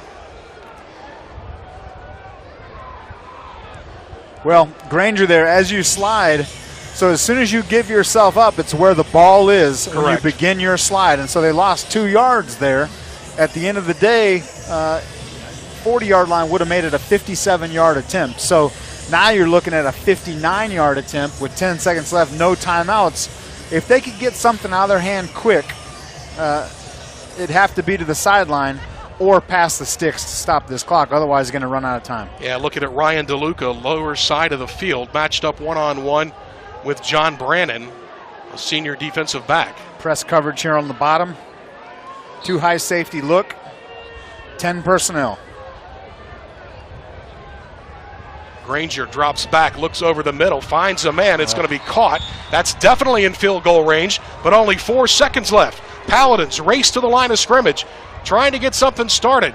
And now they will start the clock. Granger will spike it, and only 1 second off. That is masterfully done by Furman. Good execution to give Atkins a beautiful chance at a field goal with only 3 ticks remaining. Yeah, prevent defense there. They dropped 7 guys, and all he did is go to the spot, sit down, and catch it.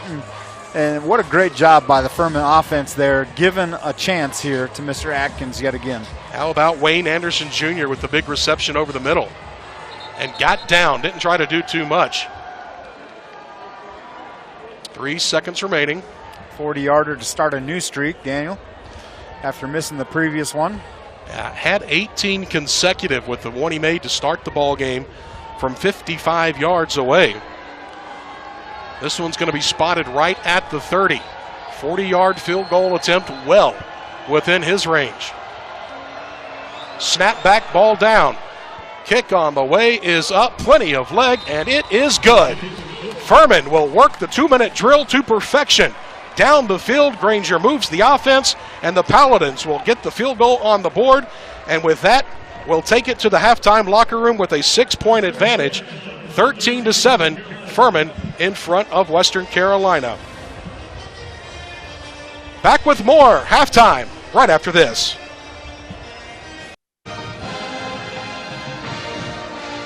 A pair of Grayson Atkins field goals have given Furman the 13-7 lead over Western Carolina. The upset-minded Catamounts got a 7-yard run by Tyree Adams to get on the scoreboard late in the first quarter. We sit at halftime, 13-7 on a rainy homecoming Saturday from Cullowhee. Back with more right after this.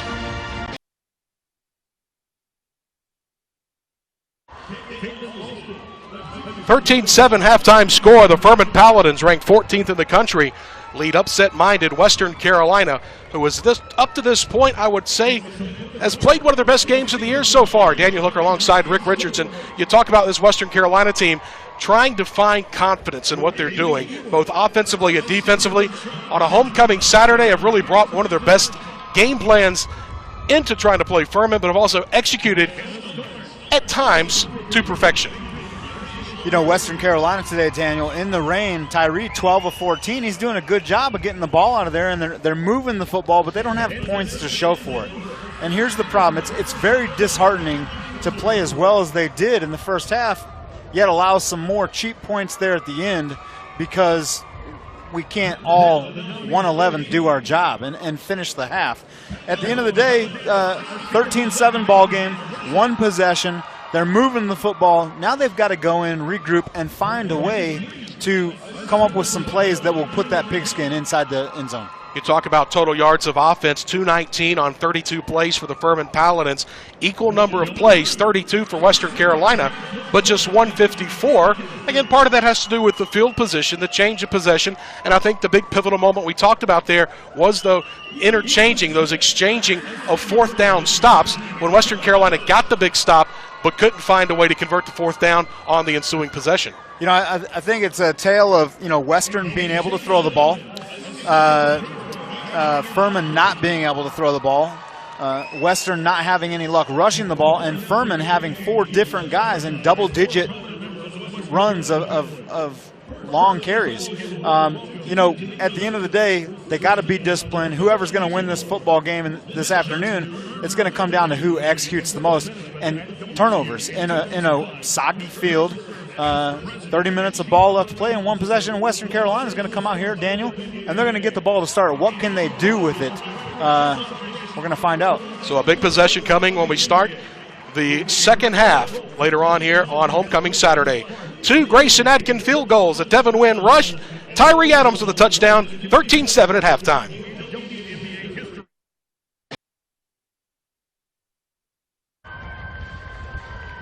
Again, Homecoming Saturday here in Cullowhee, North Carolina. Western Carolina and the Furman Paladins. Welcome back inside our Harrah's Cherokee Casino Resort halftime show, where the upset-minded Catamounts trail the Paladins, 14th ranked in all the land, by 6 points. All right, Rick, you're inside the locker room on Western Carolina's side. You're inside the locker room on the Furman side. If you're Clay Hendricks, what are you telling your squad? You're in a fight here against adverse conditions, against an upset-minded football team that is trying to find some confidence. If you're Clay Hendricks, what are you telling your squad right now at halftime? Well, don't get complacent. Finish the game. And at the end of the day, Furman is right there. They're 14th in the nation, but they can't afford another loss, Daniel.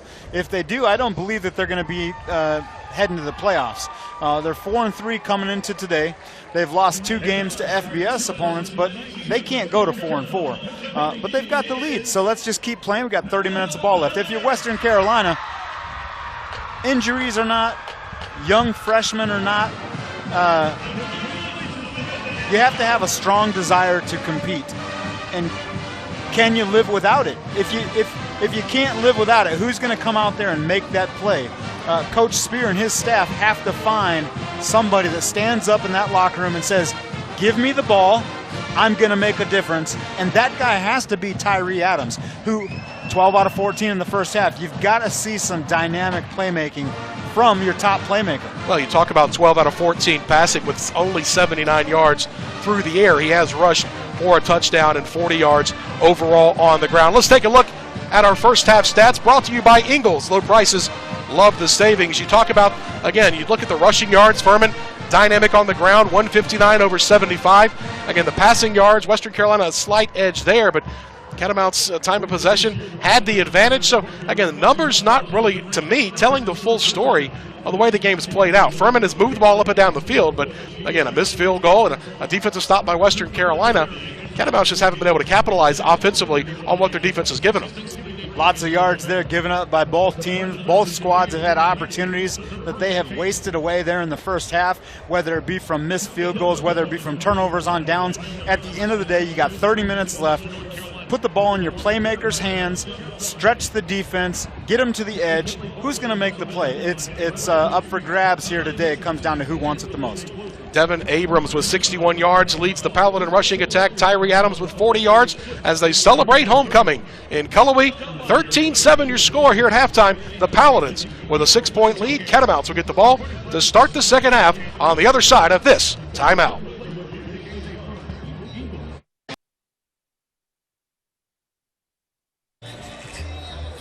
Both teams back to the field as we get ready for the start of the second half. The Paladins with a 6-point lead over Western Carolina on a soggy Saturday afternoon. Rain sporadic throughout the day. I don't think it's rained really heavy all day, but has been enough.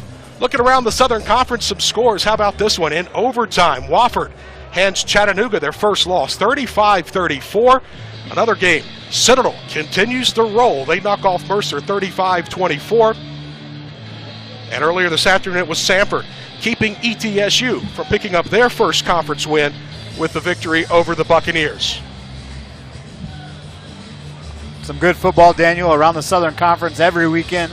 Such a tough conference, one of the better conferences in the nation. And we've got a good football game here this afternoon in the middle of these beautiful mountains. Fall has definitely sprung up the mountainside here. The colors of autumn, the hues of autumn, painting the backdrop of this chromatic rivalry. Purple, the dominant color, Western Carolina and the Furman Paladins. So get ready for the second half. The Catamounts will get the ball to start the second half. If you're Western Carolina, you put the ball in your playmaker's hands and Tyree Adams. If the weather holds and all of a sudden the rain has somewhat subsided, do you see him throw the ball down the field a little bit more? Yeah, you know, there's an orange, yellowish thing in the sky that was peeking out there for a second. I was wondering what that was. If it doesn't rain, Daniel, I don't see any reason why you take the ball out of your playmaker's hands. Tyree Adams has to have the ball in his hands. Western has some great complementary players, but let's be frank about it.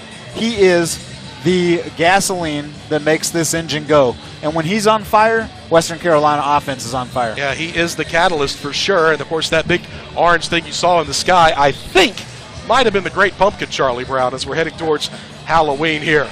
Catamounts will drop back into kickoff return formation. The Paladins will come out to kick it away as Caleb Ferguson, a multi-purpose weapon for this Western Carolina squad. He punts, he rushes the football as a running back. He also does a great job in the punting game as well. So Caleb Ferguson, the Waynesville, North Carolina native, drops back, and Grayson Atkins, the outstanding kicker, will boot it away here. And we're underway in the second half. This one's going to be taken. No. They'll let it go into the end zone touchback. So keeping it out of the playmaker's hands at Caleb Ferguson. And we'll start with Western Carolina. 1st and 10 from their own 25-yard line. Such a weapon, Grayson Atkins kicking that ball off again 5-6 yards deep into the end zone, Daniel. To have a guy like that you can have kick a long field goal or hit a great driving punt for you, or kick it real deep and give the offense no chance of a return. It's nice to have weapons like that. Not everybody else is around the country anyways has that luxury. So Tyree Adams and the Catamount offense will take the field. 1st and 10 from their own 25-yard line. Again, Adams in that first half had 40 yards rushing with the touchdown. Also threw, you mentioned 12 of 14 passing. Very, very, very efficient. But only 79 total yards to show for it. Tosses this one underneath. Gets it into the hands of Tyler Mitchell. What a play. Blackshear coming downfield makes a beautiful play. A play that Western Carolina saw go for double-digit yardage a moment ago in the first half. They snuff it out just like that. Hold it to just a 3-yard gain. 9 guys in the box, though. If you're Tyree, you got to check out of that. You got 3 guys scraping. No one has helmet on a helmet, hat on a hat, whatever you want to call it. And, he's hung out to dry for a minimal gain.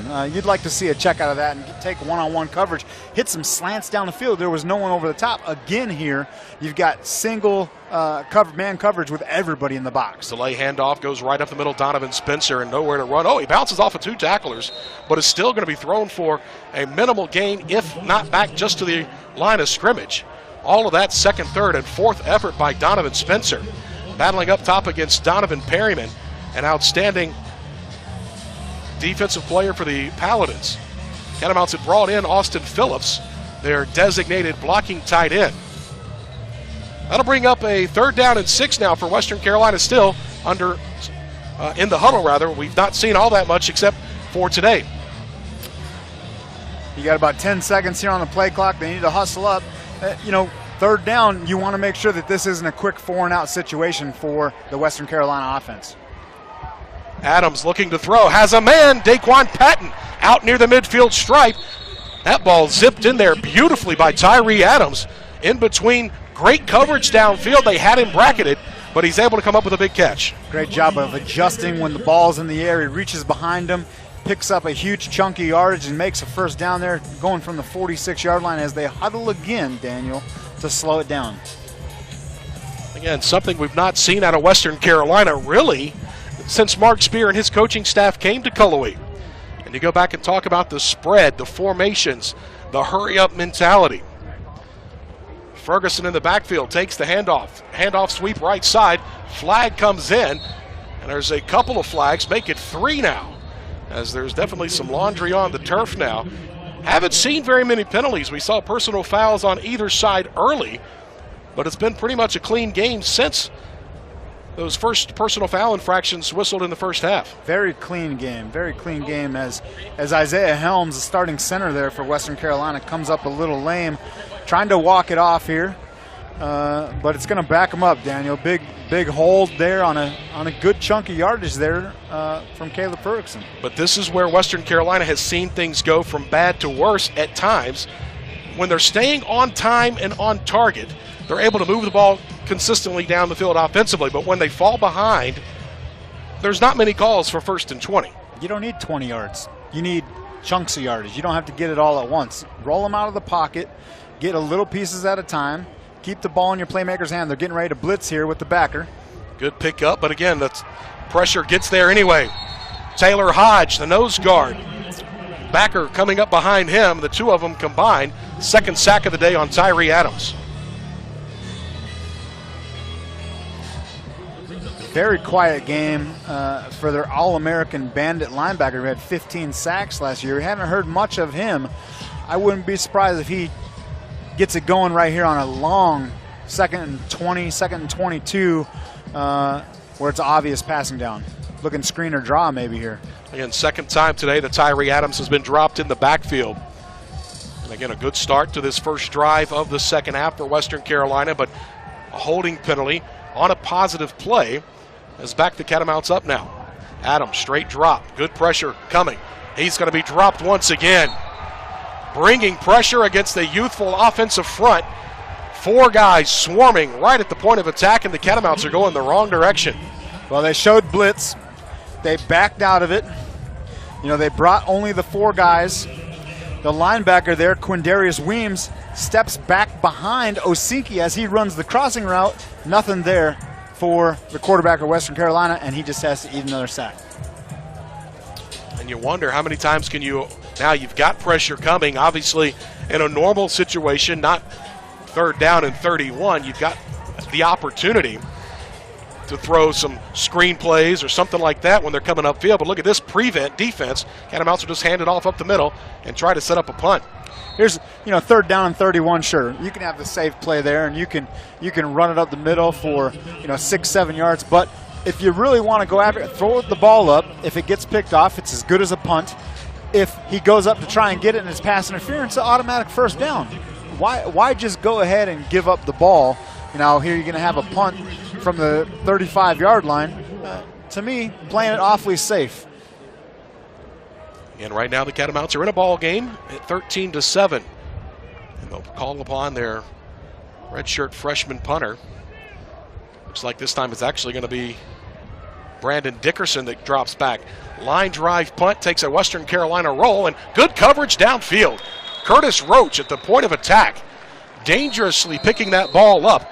In the back end of that defense was Callie Chiswick, the coach's son. Sure his dad will let him hear about that one later on tonight. He's a little busy right now, but he'll let him know about that one later. Timeout on the field, we'll take it with him. 13-7, 3rd quarter in Cullowhee.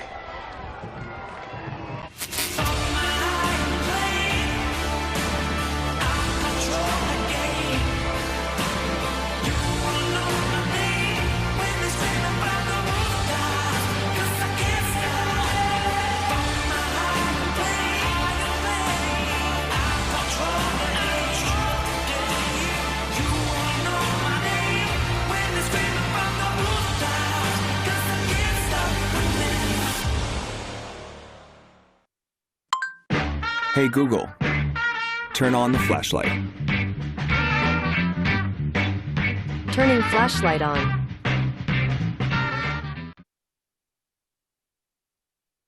The 3rd quarter, Furman with the football after the timeout.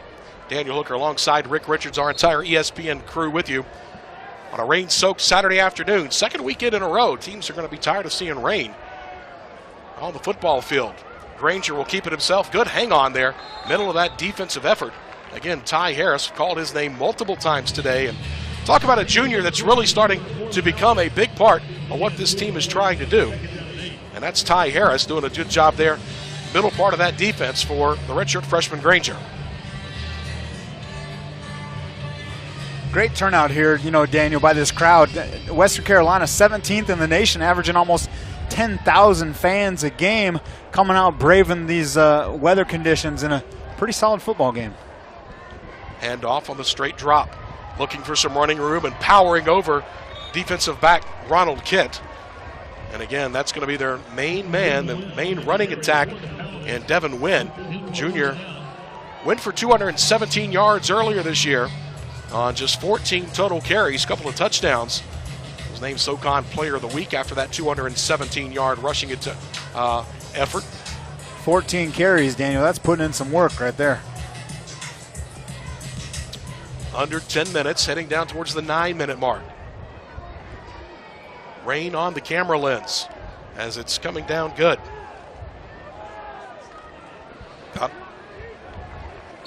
Good play there, middle of the defense, and how about big man right there coming up, Torian Stevenson.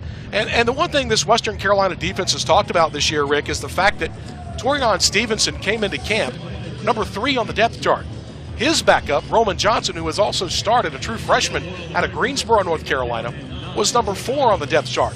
Loss of Adam Henderson, loss of some guys up front, and now John Wiley, the defensive coordinator there for Western Carolina, having to roll the dice and go with these younger players to try to make something happen. You know, they're all scholarship players. They're all 2-, 3-star recruits playing Division I AA football. Everybody's got injuries. You got to have a strong desire to go in there and make that play, the next man up.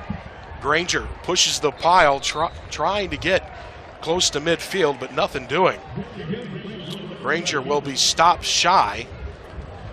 And I'll bring up third and a manageable here out near the midfield stripe. I would love to see the Western Carolina defense play some games up front, bring in some blitz looks on the defensive front against Evan Jumper, the freshman center for Furman, who is making only his third start. If you put some guys up in those gaps, he's got to call out the front and who's got what responsibility.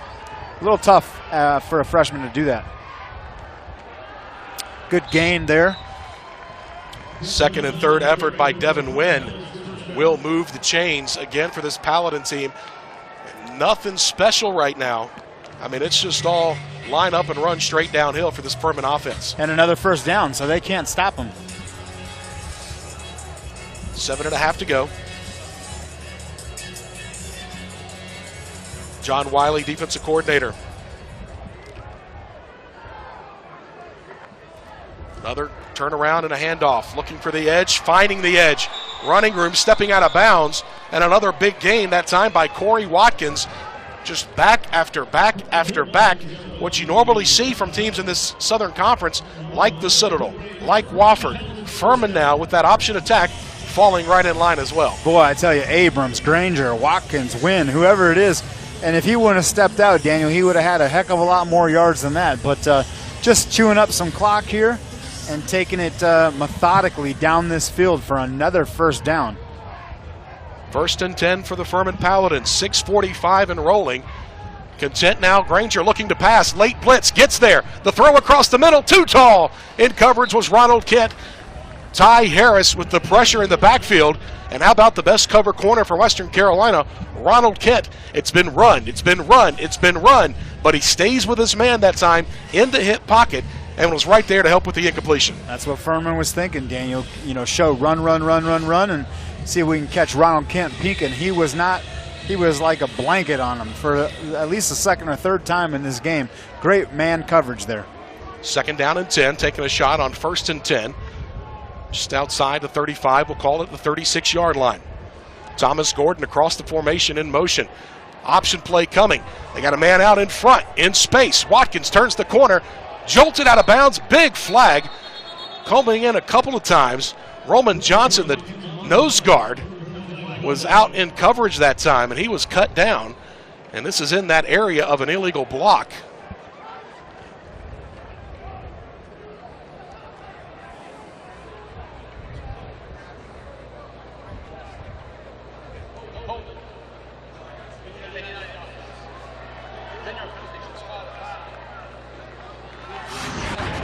So we got the call there. Again, the Catamounts, you see the hold right here by Thomas Gordon. I mentioned a moment ago, he's been quiet. That's not the way the Paladins wanted to hear his name called. Certainly not. You know, he has been quiet. Only 2 catches for 40 yards thus far today. I think the weather probably has a little something to do with his lack of participation, if you will. But empty formation here for Granger. And I'll bring the jet sweep motion. Wofford ran that motion to perfection against the Catamounts a week ago. When you go back and watch the film, And a great job as they brought right across the formation. Wayne Anderson Jr. Granger pulls it out of his belly and keeps it himself, but it was that jet sweep motion with DeMaurier Van Cleve last week for Wofford that was so effective against Western Carolina's defense. Well, you'd think that they saw it enough last week that they would have worked out the kinks this week. So much better job in the middle. I think Furman is having a lot of their success on cutbacks and on the edge. Rain has started once again back to the original line of scrimmage at the 39-yard line. Short toss underneath to Thomas Gordon. There he is. He's got a lane up the middle. 10, 5, touchdown Furman. Fumbled it into the end zone, but they're going to say that he had already broken the plane. And just when we said Gordon had been quiet, he breaks through and perhaps breaks the back of Western Carolina's defense. Great little slip screen there. Takes it and goes straight up the gut of the defense. All the linebackers had vacated. And what a great play. Pitch and catch there on a 3rd and 10 from 37-yard line or so, Daniel. Looked like a little quick slant type of action, something we've been calling for Western Carolina, a little underneath route. Right where the linebackers came from for pressure, you fill that void with your playmaker. Well, that was the bubble screen coming back into the formation rather than a screen going out to the edge. False start. Was not a slant, but nevertheless a great play by the Furman offense. Did a great job of, again, filling the void. Catamounts brought a little bit of pressure if you watch it right here. And Gordon gets by A.J. Rogers with the missed tackle, and then it's just a foot race, and Gordon outrunning John Brannon, and he did fumble the ball in the end zone, but he'd already broken the plane. Kind of surprised Furman's not chasing points here, maybe going for the 2-point conversion, but especially now it'll bring it to the 1-yard line. I think that I would probably go for it here. And they are. Atkins coming off the field, the offense coming back out, and again, a little underneath, and Rogers just missed the tackle there, and you could see at the end of that play, something we talked about in that pivotal drive in that second quarter, you're starting to see some heads on that Catamount sideline start to drop a little bit because, again, you've played one of your most complete games to this point of the year, 1-6. You're making plays.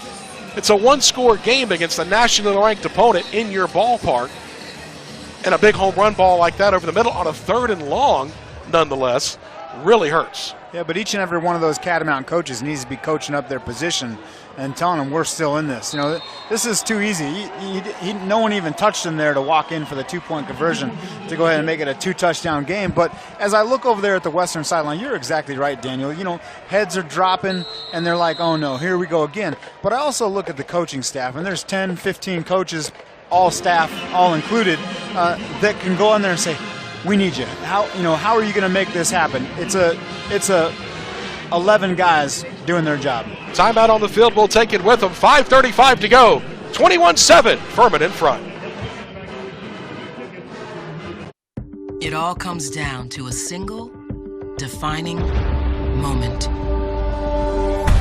When a plan stops being a plan and gets set into motion. Today's Merrill can help you get there with the people, tools, and personalized advice to help turn your ambitions into action. What would you like the power to do?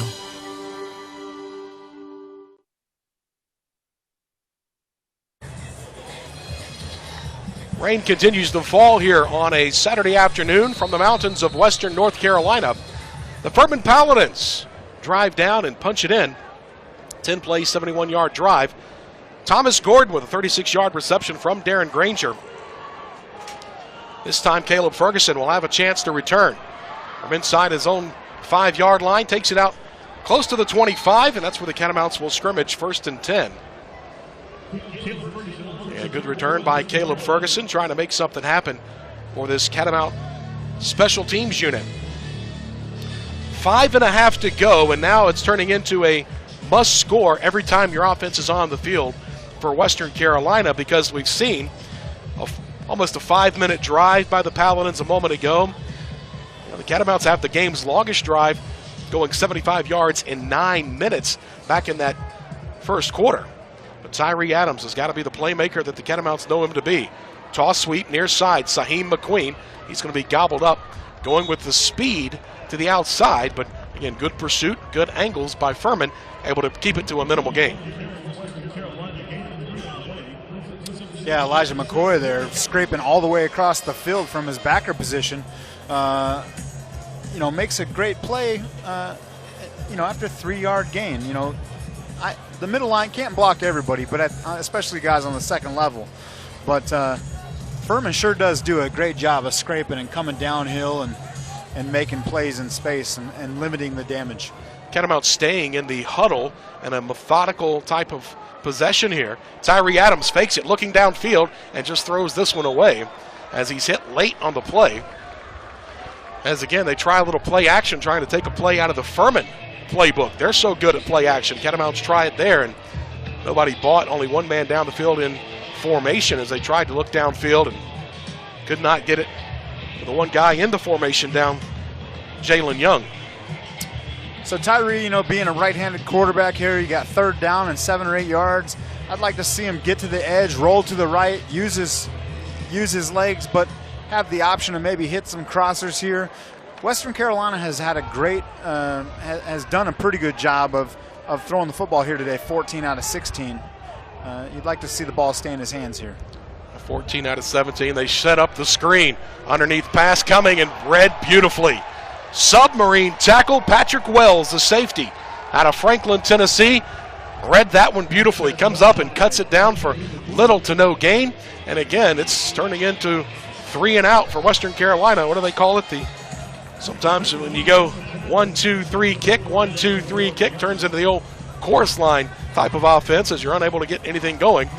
Catamounts will have to punt it away here with 4 minutes to go here in this third quarter. Furman just saw it coming, saw the screen pass coming, and Ole, all of the Catamount blockers missed their block and no luck. Coming after the punt, that one low line drive, and coming up and anticipating it was going to get a good roll. Does a nice job coming up is Callie Chiswick. So smart play there, and special teams will save a handful of yards. Furman out near the midfield stripe will have the football. 3:50 to go in the third quarter. Paladins lead by 2, 21-7. Paladins out in front. Big defensive stop and an open field tackle. Paladins with the ball. When we return, in control by 2 scores over upset-minded Western Carolina.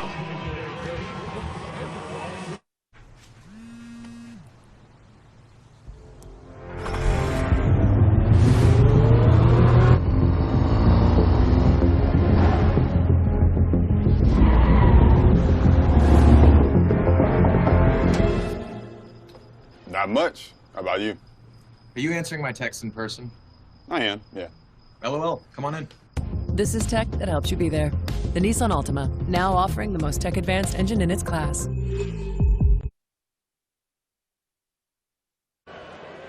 Strong defensive effort by the Furman Paladins has limited Western Carolina to just 20 yards of offense by last calculation here in this third quarter. And now the offense that's been very methodical will take over once again. Hand off to Watkins, looking for some running room and dragging some Catamounts along on the ride. Will take it across the midfield stripe, close to a first down on a first down carry. You got to come up with some run blitzes here, put some stress on your defensive backs doing that, putting them in one-on-one situations. But Western Carolina has to do something to get this ball back to their offense. The defense is on the field entirely too much here in the second half. Saw the Great Smoky Mountains here in western North Carolina. Rain has not helped either offense, but again, the ground game, we talked about at the outset, Rick, that the ground game of the Paladins might be the difference maker in today's game, and that's what they've ridden so far. Handoff, fake. They go to the pitch to the outside. Wynn has a step, eludes Jaden Pauling, and is going to be ridden out of bounds by Ty Harris, far sideline. Just so many options, to give the ball to. It's an awful lot to prepare for on a 1 week basis, having only 20 NCAA hours to practice for an option attack coming at you, and a top-ranked rushing attack in the entire nation. Furman really flexing their muscles here in the second half, pretty much getting anything that they want. And they have looked really strong both offensively and defensively here this afternoon, have the Paladins. Granger looking to pass on the play action. Wheel route. Ty Harris runs right past Granger, who turns the corner and will finally just dance out of bounds. Had the wheel route, looking to Devin Wynn out of the backfield, but it was sniffed out nicely. Good coverage by John Brannon downfield, able to pick up the running back and not give Granger any option to throw the football. I thought he had the top side slot guy on the post route. I didn't think the free safety would be able to get out there, but great job by Granger, not forcing it, not committing a turnover.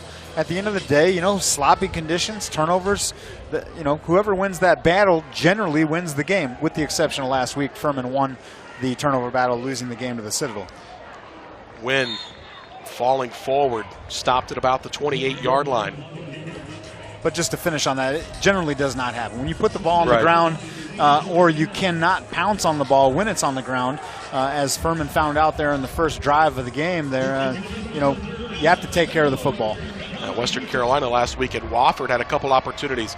Terriers putting the ball on the carpet 3 times, but were able to recover each time. Now getting the edge, Devin Wynn has it down inside the 10-yard line. And again, 3 catamounts at the point of attack collide with each other, and Devin Wynn is able to exploit that to the outside, bounces it for a big gainer on a 3rd and short.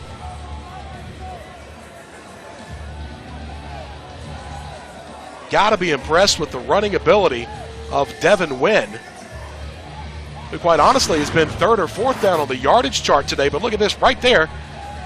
Catamounts unable to get off the block, and then it takes 2 defensive backs, John Brand and A.J. Rogers, to come up to make the stop. Under center, Wynn right up the gut. Plowing, chewing, churning ahead inside the 5-yard line. Just offensive line of Furman asserting their will here. Again, top-ranked red zone offense in the nation, and they're showing you why, Daniel. Hey, it's also a byproduct of an offense that hasn't moved the ball much here in this 3rd quarter. Paladins go quickly. And Wynn, untouched, right over right tackle, in for the touchdown. Paladins stretch the lead. Atkins will try to tack on the extra point to make it 28-7. It's 27-7 right now, and Devin Wynn, they looked like he broke a sweat on that one. 3rd time today, Daniel, twice on touchdowns. The 3rd time on a 2-point conversion where they just run that dive play with a lead fullback in there and nobody touches him. And Wynn, I guess you could put up some video game numbers when you got an offensive line like this blocking for you. Kudos to the offensive line coach and the entire coaching staff of Furman. They're drawing up a great game plan in their red zone offense. And again, so much is going to be tried to be hung on this Catamount defense, where the points that are being put up, the yardage that's being churned out. But last time I looked, this is what they call a team game. It's got to be 3 phases, all playing in concert together to try to get stops. And when you're 3 and out on offense and you've put up, what I say a minute ago, about 20 yards of total offense, you're putting a lot of pressure on the other side to come back. And again, there is the give and take, the ebb and flow. There is the yin and the yang when you talk about football. But if one side's not performing and the offense since the opening drive has been shut down, like we talked about last week, first big play at Wofford, Catamounts go up top, get the big score, momentum's going their way, then adversity start to creep in and they don't respond. Here this afternoon, the adversity, quite frankly, has just been the play of this Paladin defense that's really stepped up to the challenge and answered it against what has been, under Tyree Adams over the last 4 years, a very dynamic Western Carolina offense. There's just so much to look for, Daniel. You look across the board on this Furman offense and defense.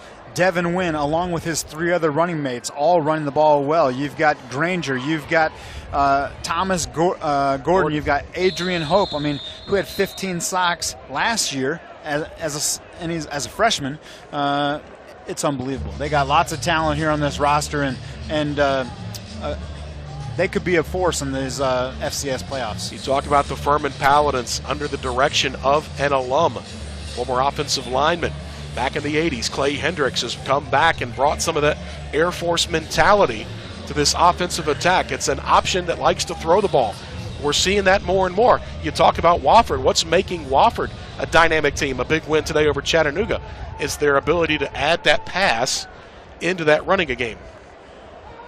Tyree Adams, check down. Bottom side comes to Donovan Spencer, who's ridden out of bounds here near sideline. Elijah McCoy, called his name multiple times, but Catamounts try to find some positive yards here and maybe having to go more up-tempo now down 3 scores. Sure. You know, just to finish up on the Clay Hendricks thing and the Furman staff, you know, not only is he an alum, but he was able to go and get possibly the best coach in Tennessee, George Quarles, who had a 240 win and 9 loss record as a high school coach, winning 74 games in a row, and puts that guy on his staff. And of course, a high school coach like that knows the state of Tennessee, and they can go out and recruit in the state of Tennessee with his pedigree. It's just the head coach gets the wins and losses, Daniel, but it's all about the people you stick around you, just like the quarterback. Quarterback gets the most credit and has a lot of great people around him to get the job done. Furman defense with another defensive stop there.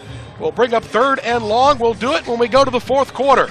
Western Carolina trailing by 3 scores, 28-7, as we go to the 4th quarter from Cullowhee.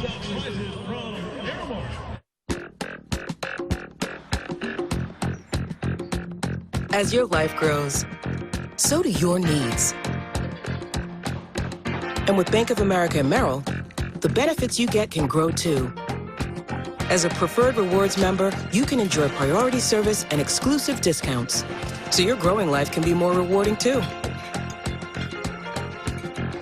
What would you like the power to do?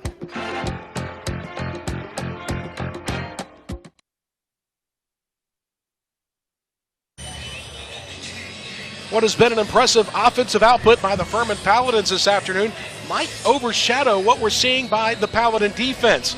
They held Western Carolina in the 3rd quarter and quarterback Tyree Adams to just 19 yards of total offense. Catamounts will have it with a long 3rd down. Adams steps up. There's Adrian Hope. He'll bring him down. There's another sack for the preseason all-conference selection. He's been quiet, but he's been lurking, and he comes up with a big stop there on 3rd down. Only a 3-man rush by the Furman defense there, and Adrian Hope pins his ears back, says, you know what, it's 3rd down and, 13, I'm going to come after him. Well, he does, and he picks up the sack. That'll be 3rd sack officially on the day on Tyree Adams, and the Catamounts negative yardage here in the 4th quarter. And a bad day continuing to go wrong now for the Catamounts, who had played, again, up until the 3rd quarter, one of their best all-around games of the season. Line drive punt. Chiswick will field it, looking for running room. Has some blocks at the point of attack. He's out to the outside. He'll turn the corner. Chiswick, and a flag thrown in, make it 3 down on the play. So Chiswick able to turn the corner, and he might have been able to turn the corner for a reason. Well, that block looked good for me. Now, unless if we could see that again, the college rules now have changed so much about hitting defenseless players, etc. But they had a wall there, and Furman looked like they could have took that to the house. But an illegal block there. We'll see if it's helmet to helmet. But 3 flags for the call. So a personal foul. A block on a defenseless player. So it will be a spot or a penalty from the spot of the infraction there where the flag was thrown. So it'll back Furman up in what was going to be really good field position after a good return by Callie Chiswick, coach's son. Maybe you just go back to the XFL days. Remember that when they used to race? The ball would be at the 50-yard line. They both start at the 25 with their fastest guy, and whoever gets to that football first gets the possession rather than kicking off and letting people hit each other. Timeout on the field. We'll take it with them. 14:05 to go here in the 4th quarter. Furman out in front, 28-7. They've got the football and a sizable lead. 14th ranked team trying to get back on the winning track.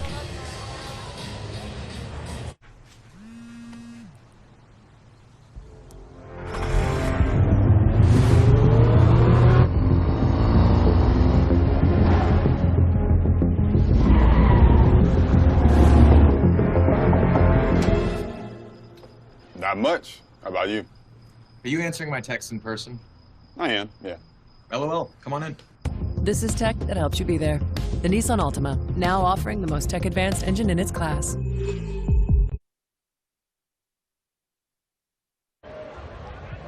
A rainy afternoon from Western North Carolina. 14:05 to go here in the 4th quarter. Furman with the football. Under center, Darren Granger, redshirt freshman quarterback with a full house backfield.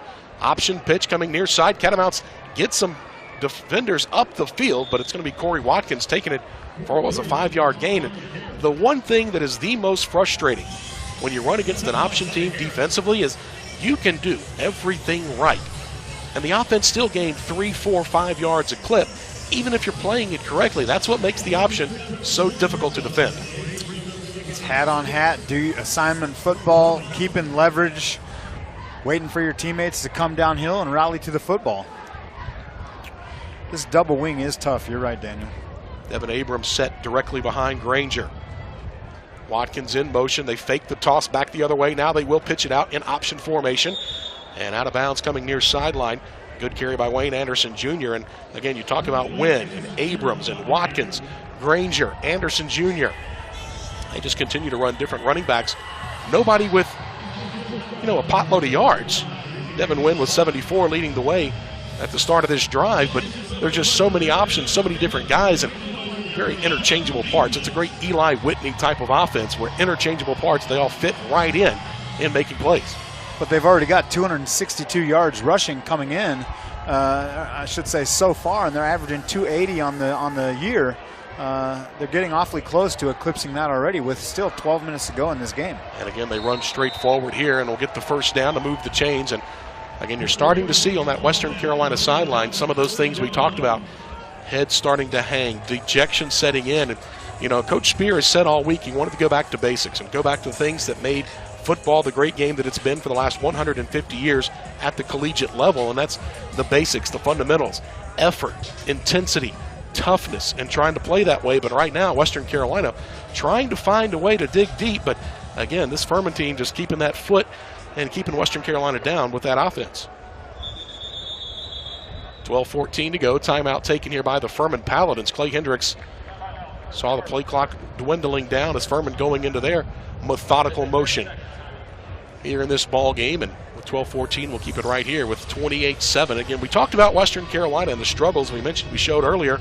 Last time they knocked off a nationally ranked opponent, it came against the Samford Bulldogs here. But Western Carolina has really struggled in their history of trying to knock off nationally ranked teams. And Furman, another one of those squads that's coming in here. And again, for the first 2 quarters of football, 13-7 game at halftime, you felt like Western Carolina was in a fight. But in this third quarter and now into the fourth, the Catamounts have kind of lost that edge, partially because of the defense of Furman, but the offense of the Paladins has also really kept and prevented anything from happening big on the other side. Well, in my 20 years of coaching ball, Daniel, it's 4-quarter game. It hadn't changed. And it doesn't matter how you start. It matters how you finish, and you've got to play all 4 quarters. And Western certainly came out with a great game plan, but once halftime rolled around, I think Furman has made some adjustments, and they've made the best ones as they rip off another good gainer here around the right side. You just got to tip your hat to them. They've done such a great job, Clay and his entire staff, of getting cornerstones in here to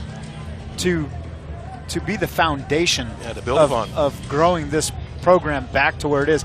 Today is their 500th Southern Conference game ever, and it looks like they're well on their way to getting another W here. Yeah, third in line behind VMI, a longtime Southern Conference member since the early days of the conference, and that was even without playing a handful of years when they went to the Big South. And of course the Citadel Bulldogs. Good protection coming up, and again a big hit in the backfield by A.J. Rogers, not able to get him down. It will go for a small gain. What looked to be a 5-6 yard loss ends up being a positive gainer there for the Paladins. More fundamentals, right? You do your job, you did everything right, but you forgot to do the most important thing, which was wrapping him up and getting him down for the loss. Yeah, pretty excited to be there in the backfield one-on-one. We'll bring up 2nd down and 9. Clock running inside of 12 minutes, and the Catamounts will have to find a couple more stops and get something going offensively. But right now, Furman content to run this thing all the way out. Watkins in the backfield, very patient run. Finally able to put a foot in the ground and kick it back up. And you look at the sideline for Western Carolina, there's a couple of guys over there trying to get this team fired up, trying to get what remains of this dreary homecoming day crowd into the ball game. Up and down, trying to get something happening on the far sideline. Again, it's one of the longtime assistant student coaches now on that full-time role, and Al DeGraffenried as a legacy on this Western Carolina program far side, trying to get some energy on that sideline for Western Carolina. Still 10 minutes to go. Anything can happen with an explosive offense. Granger will look to throw. Plenty of time. Pocket breaks down. Now finds his man. Blocked away by Ronald Kent Jr. at the last minute, coming in on Thomas Gordon. You know, my only question is why did we, you wait till 10 minutes left in the game to do that? The will to win, to believe and get everybody cheering for their teammates and their brothers. It's a powerful thing when you got a whole group of men pushing towards the same common goal, and there they do a great job of rallying to the ball and making a great play. But this is the big. No, they're going to punt it now. I thought they might go for it. They're kind of in no man's land, but they get the stop. You know, Daniel, 21-point game. It's certainly not over, but they've got to make something happen. And now a false start penalty will back them up 5 more yards. Will give Grayson Atkins a little more room with which to work. And if I'm not mistaken, this is the first time Furman has had to punt the football. Stopped on a 4th down, a missed field goal. The only real true stops this Catamount defense has had today on a 4th down play back in the second quarter. But Atkins will drop back into punt formation. Atkins, second in the nation in net punting, and awesome special teams coverage. Second in the nation in punt return defense as well. So this team, I tell you, and there's another one with a great net because there's no return. Yeah, drops it down at the 10-yard line. That one had the backspin that would make Tiger Woods proud. Playing over in Japan, he had a couple of shots like that late last night or early this morning. A little backspin on it from Grayson Atkins, and the Paladins will down it down at the 10-yard line. 1st and 10, Western Carolina, 10-12 to go here in the 4th quarter. 28-7, Paladins in front. Wake up. There's a lot that needs to get done today. Small things, big things, too hard to do alone things. Day after day, you need to get it all done. And here to listen and help you through it all is Bank of America, with the expertise and know-how you need to reach that blissful state of doneness. So let's get after it. What would you like the power to do?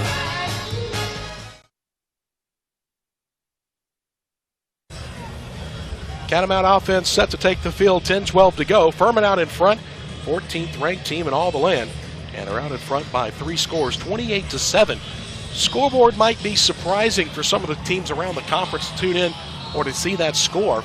And the fact that Western Carolina is holding Furman down to 28 points, but it has been a very dominating performance in this second half for the Paladins. They've shut down Tyree Adams in this Catamount offense, who now comes out and finds Clayton Bardall near side, finding one of his big tight ends out of bounds for a minimal gain. And again, Catamounts haven't been able to run the ball all that much today.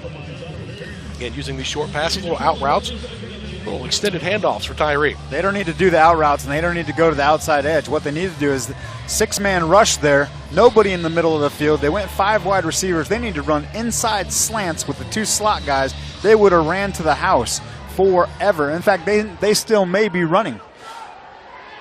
2 high safeties showing blitz. Paladins with 6 men in the box.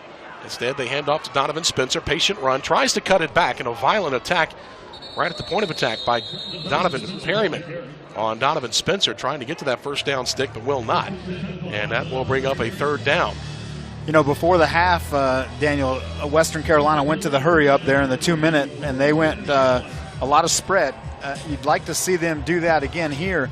You know, going into 21 personnel or 11 personnel with tight ends and running backs in there, all that does is put more guys in the box. And you'd like to see him spread it out to where Tyree might be able to use his legs and his arm, which he's had some success today. Now, biggest problem right now for Western Carolina is the clock and the fact that offense needs to stay on the field.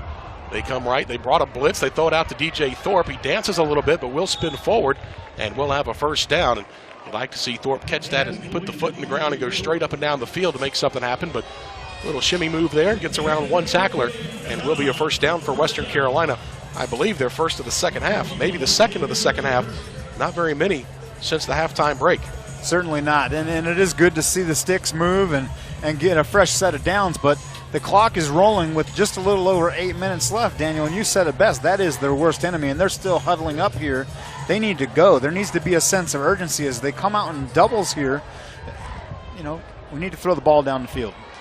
Caleb Ferguson in motion across the formation, but now a false start going to be called on Western Carolina. And that will back them up 5 yards. So they call it on Dylan Luther, one of the freshman offensive linemen. And we've talked about the youth up front for Western Carolina. Dylan Luther, one of those true freshmen. Isaiah Helms, a true freshman. The good thing about true freshmen, starting as true freshmen, is they get a lot of experience. They get baptism by fire, and you're hoping year 2, year 3, year 4, those guys having to come in and play, that they're making the adjustments. They're seeing things and learning each time out. But the bad thing is sometimes you have to take those lumps early in their playing career. Well, this is game number 8 now, so it's time to stop talking about the crutch of freshmen. You know, they've got some experience under their belt, and it's time to strap it up and go play some football.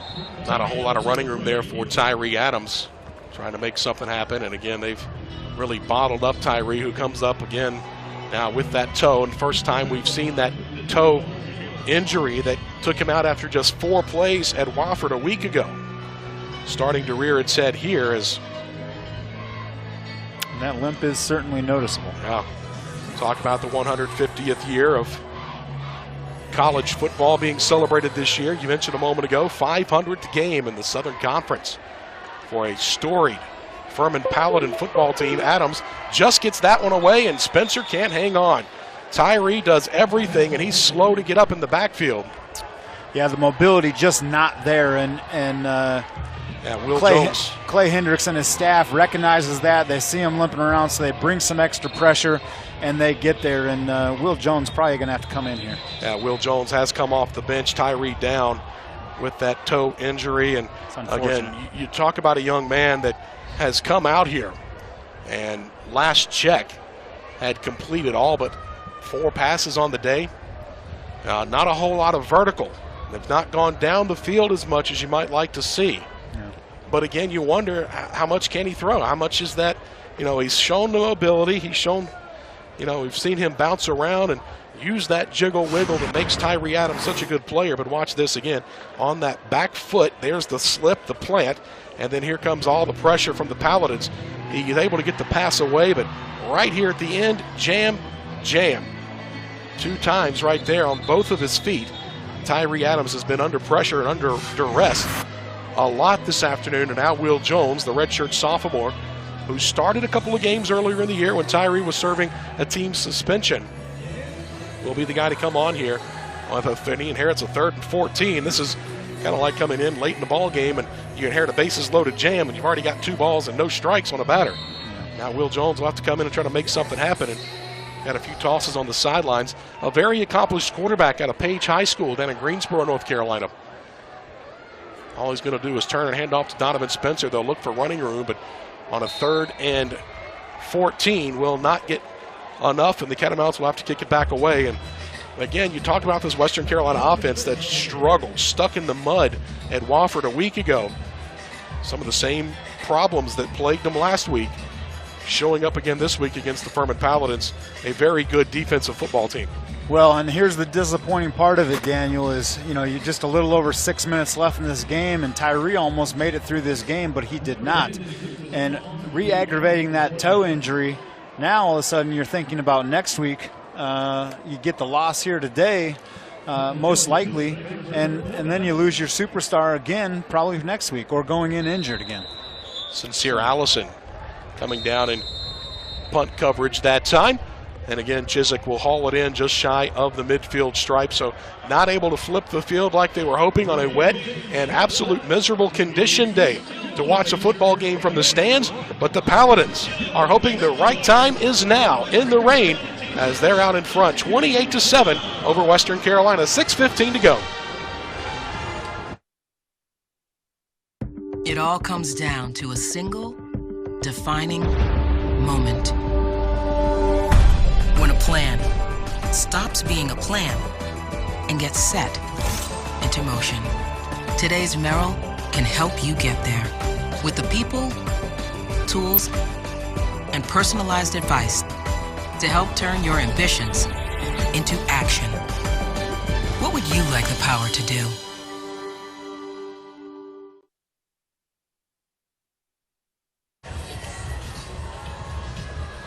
What was a 6-point game at halftime? At 13-7, it's been all Furman. 15 points there in the 3rd quarter, and they've ridden a very strong defensive effort. They have the Paladins. And Now the offense will just go out and try to milk the final 6+ minutes off the clock and try to head back down to beautiful Greenville, South Carolina with a W in their back pocket. Daniel Hooker alongside the coach Rick Richards here from a soggy Cullowhee, North Carolina in the Great Smoky Mountains of western North Carolina. Ham Sisson, new quarterback in the game for Furman, a redshirt freshman out of Birmingham, Alabama. He says, thank you very much, boys. We got a good lead. Let me get in there and get a few snaps and get a little taste of this fresh mountain air. In the shotgun, 2 running backs to either side. Turns, hands off, right up the middle. Trying to break it to the outside is Devin Wynn. He's gobbled up after little gain. So we'll call it 3rd down and 9. Catamounts trying to get off the field. And again, with Will Jones perhaps now back at quarterback after the injury to Tyree Adams. I'll tell you what, you got to applaud the effort of the redshirt senior finding a way to gut it out this afternoon. Again, 4 plays into the game against Wofford was knocked out with a foot injury. And again, with football players, the lower the injury towards that field level, the tougher it is to get over and the longer it takes to heal. And of course, finding a way was Tyree Adams to gut it out this afternoon. 3rd down and 9. Sisson lets the entire play clock run. Actually, play clock hit 0 before Sisson took the snap, so it will be a delay of game. Talk about using all the play clock. You don't think you use it all the way down to 0. But well, he's learning, Daniel. He's learning. The youngster getting some playing time here. Maybe that's how they do it in Birmingham. Nevertheless, 5-yard penalty brings up an even longer 3rd down. Maybe he said, let me back this thing up 5 yards and let's call a pass play, Coach. Can I sling one for you?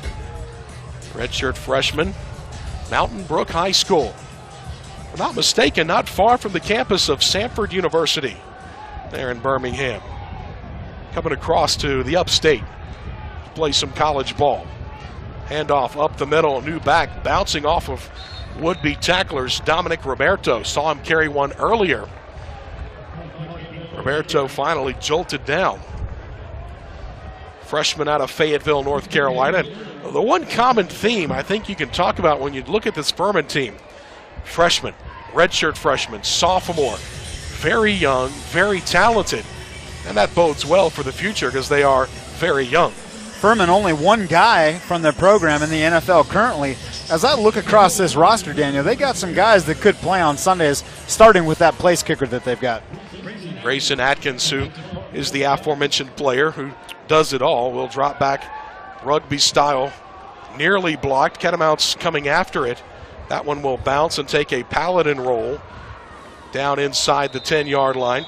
Catamounts sold out, bringing all kinds of heat. Trey Jolly, one of the freshman defensive linemen, getting some time on special teams. One of the guys in there trying to make something happen. But again, it's been an offensive struggle since halftime for Western Carolina. Catamounts will have Will Jones back at the controls, and Furman right now feeling win number 4 in conference play. And win number 5 overall to try to make some hay and see what happens across the country. Maybe an opportunity to move up. I think Wofford has a great chance after their win over Chattanooga. Both teams receiving votes. The Terriers an opportunity. And how about the 2 teams in the upstate? The opportunity to move up into the polls. And now Donovan Spencer on the check down. Just nothing vertical right now for Western Carolina's offense. Everything is side to side, and Furman very content. They're going to let you catch the ball and go make the tackle in front of them, not give up the big play, which is what the Catamounts need right now, are some big plays. But again, Will Jones, the backup quarterback, in and just unable to find anything downfield for Mark Spear's squad. I do not recall a pass today by the Western Carolina offense that was a longer than 20 yards. I don't think they went down the field really at all. As he flips another one out here in the flat. Again to Donovan Spencer, and again getting word from the sideline. Tyree Adams not on the sidelines anymore today. He's actually taking it to the locker room, into the athletic training room with that foot injury. And now the question is, can he make the trip to Lexington, Virginia next week? And then again, do you start building around Will Jones? If you're Western Carolina, you start the game plan for next week and just, again, you know what you got with Tyree Adams. Do you build the game plan now with that injury maybe further along? Do you try to build it around 15 in the backfield? You know, I think for the program, Daniel, as Will completes one over the middle for maybe a first down here, awfully close. But I think for the program stability and moving forward, you want to give Will the opportunity to lead this offense. Also for Tyree, so he can finish up his career strong here at Western Carolina as he broke many of the records. You'd like to see him get healthy so that he can go into the Alabama game and possibly show some scouts what his athleticism maybe could do in a training camp somewhere next year. Donovan Spencer upended and driven down on a big-time tackle here late in this one now. Paladin defenders continuing and trying to put an exclamation point. They want to keep this thing maybe under 50 total yards in the second half. They want to totally take this thing and leave no doubt this afternoon. Certainly shut them down in the second half after giving up 174 in the first half. And that might be the longest pass play downfield today for Western Carolina as Will Jones stays in there, takes a hit, but zips it downfield. In fact, the longest pass play had been 18 yards back in the early part of the ball game. Tyree Adams firing one downfield to Daquan Patton. How about Mahari Stribling stepping up with a big catch there for Western Carolina down the field? Another one of those athletes that's got to make some plays. Mahari Stribling is very capable for the Catamounts. Haven't heard of him all day. You know, impressed with Isaiah Helms there in the middle, the freshman, number 65, gutting through it. His ankle's hurting him, making a good job. Here's a one down the field by Western.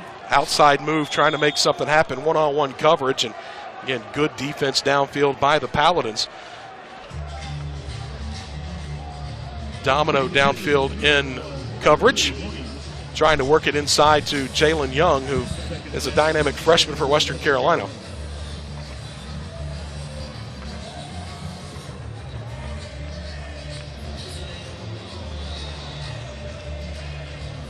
So to bring up a second down and 10 with 1:05 to play in regulation.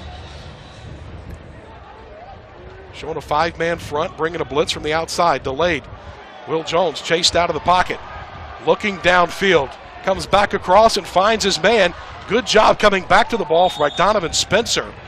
Will be a positive gain for Will Jones going vertical that time, but again, right now, a worn-out offensive line after blocking this good, talented Furman front all afternoon, just having trouble, and Will Jones scrambling for his life back there. Only bringing 4, though. They're not bringing the blitz, Daniel. We should be able to pick that up as a Western Carolina offense. You'd like to see the receiver get out of bounds, start practicing the little things for the next week. Quick slant, Tyler Mitchell with the catch. Coming across, they played back, and he's able to haul it in for a first down reception. I think that's been there all day, Daniel. That slant, you know, as you spread people out, and they're going to be so aggressive defensively blitzing, that could have been there many times today. First and 10, Will Jones and the Catamounts moving the football inside the final 20 seconds. Jones will step up. Now throws downfield, has a man, and he trips and falls at the 10-yard line. Catamounts with 5 seconds will stop the clock on the completion on the first down to Mahari Stribling. And now you see with 5 seconds, they'll start it and roll it. Will Jones trying to get another play off and will not. Western Carolina had timeouts, could have taken one for a chance to maybe get some more points on the board. Mark Spear is in the ear of an official on the far sideline now as he comes across to meet Clay Hendricks, but this one's all in the books now as Furman will put the finishing touches on a 28-7 win over Western Carolina. 14th ranked team in all the country will survive the elements. They'll survive the upset-minded Catamounts. Strong defensive effort, a very good offensive performance by Furman. They went out in the second half and won a football game. They sure did. They said, second half, 14th ranked team in the country. We're playing what they would probably say on their sideline as an inferior team. We've got to go out and put these 4 quarters together and win this football game, and they certainly did. So Furman will get the win. The Paladins will improve on the season to 5-3, 4-1 in conference play. The Catamounts will remain winless in Southern Conference play at 0-5 and drop to 1-7 overall. Tyree Adams being congratulated by some of the Furman players as they understand the job that Tyree Adams has done in his 4-year career here at Western Carolina, the 5 years when you count the true freshman year that he redshirted. But again, a true sign of respect. Tyree Adams talking with some of the Furman Paladin players there.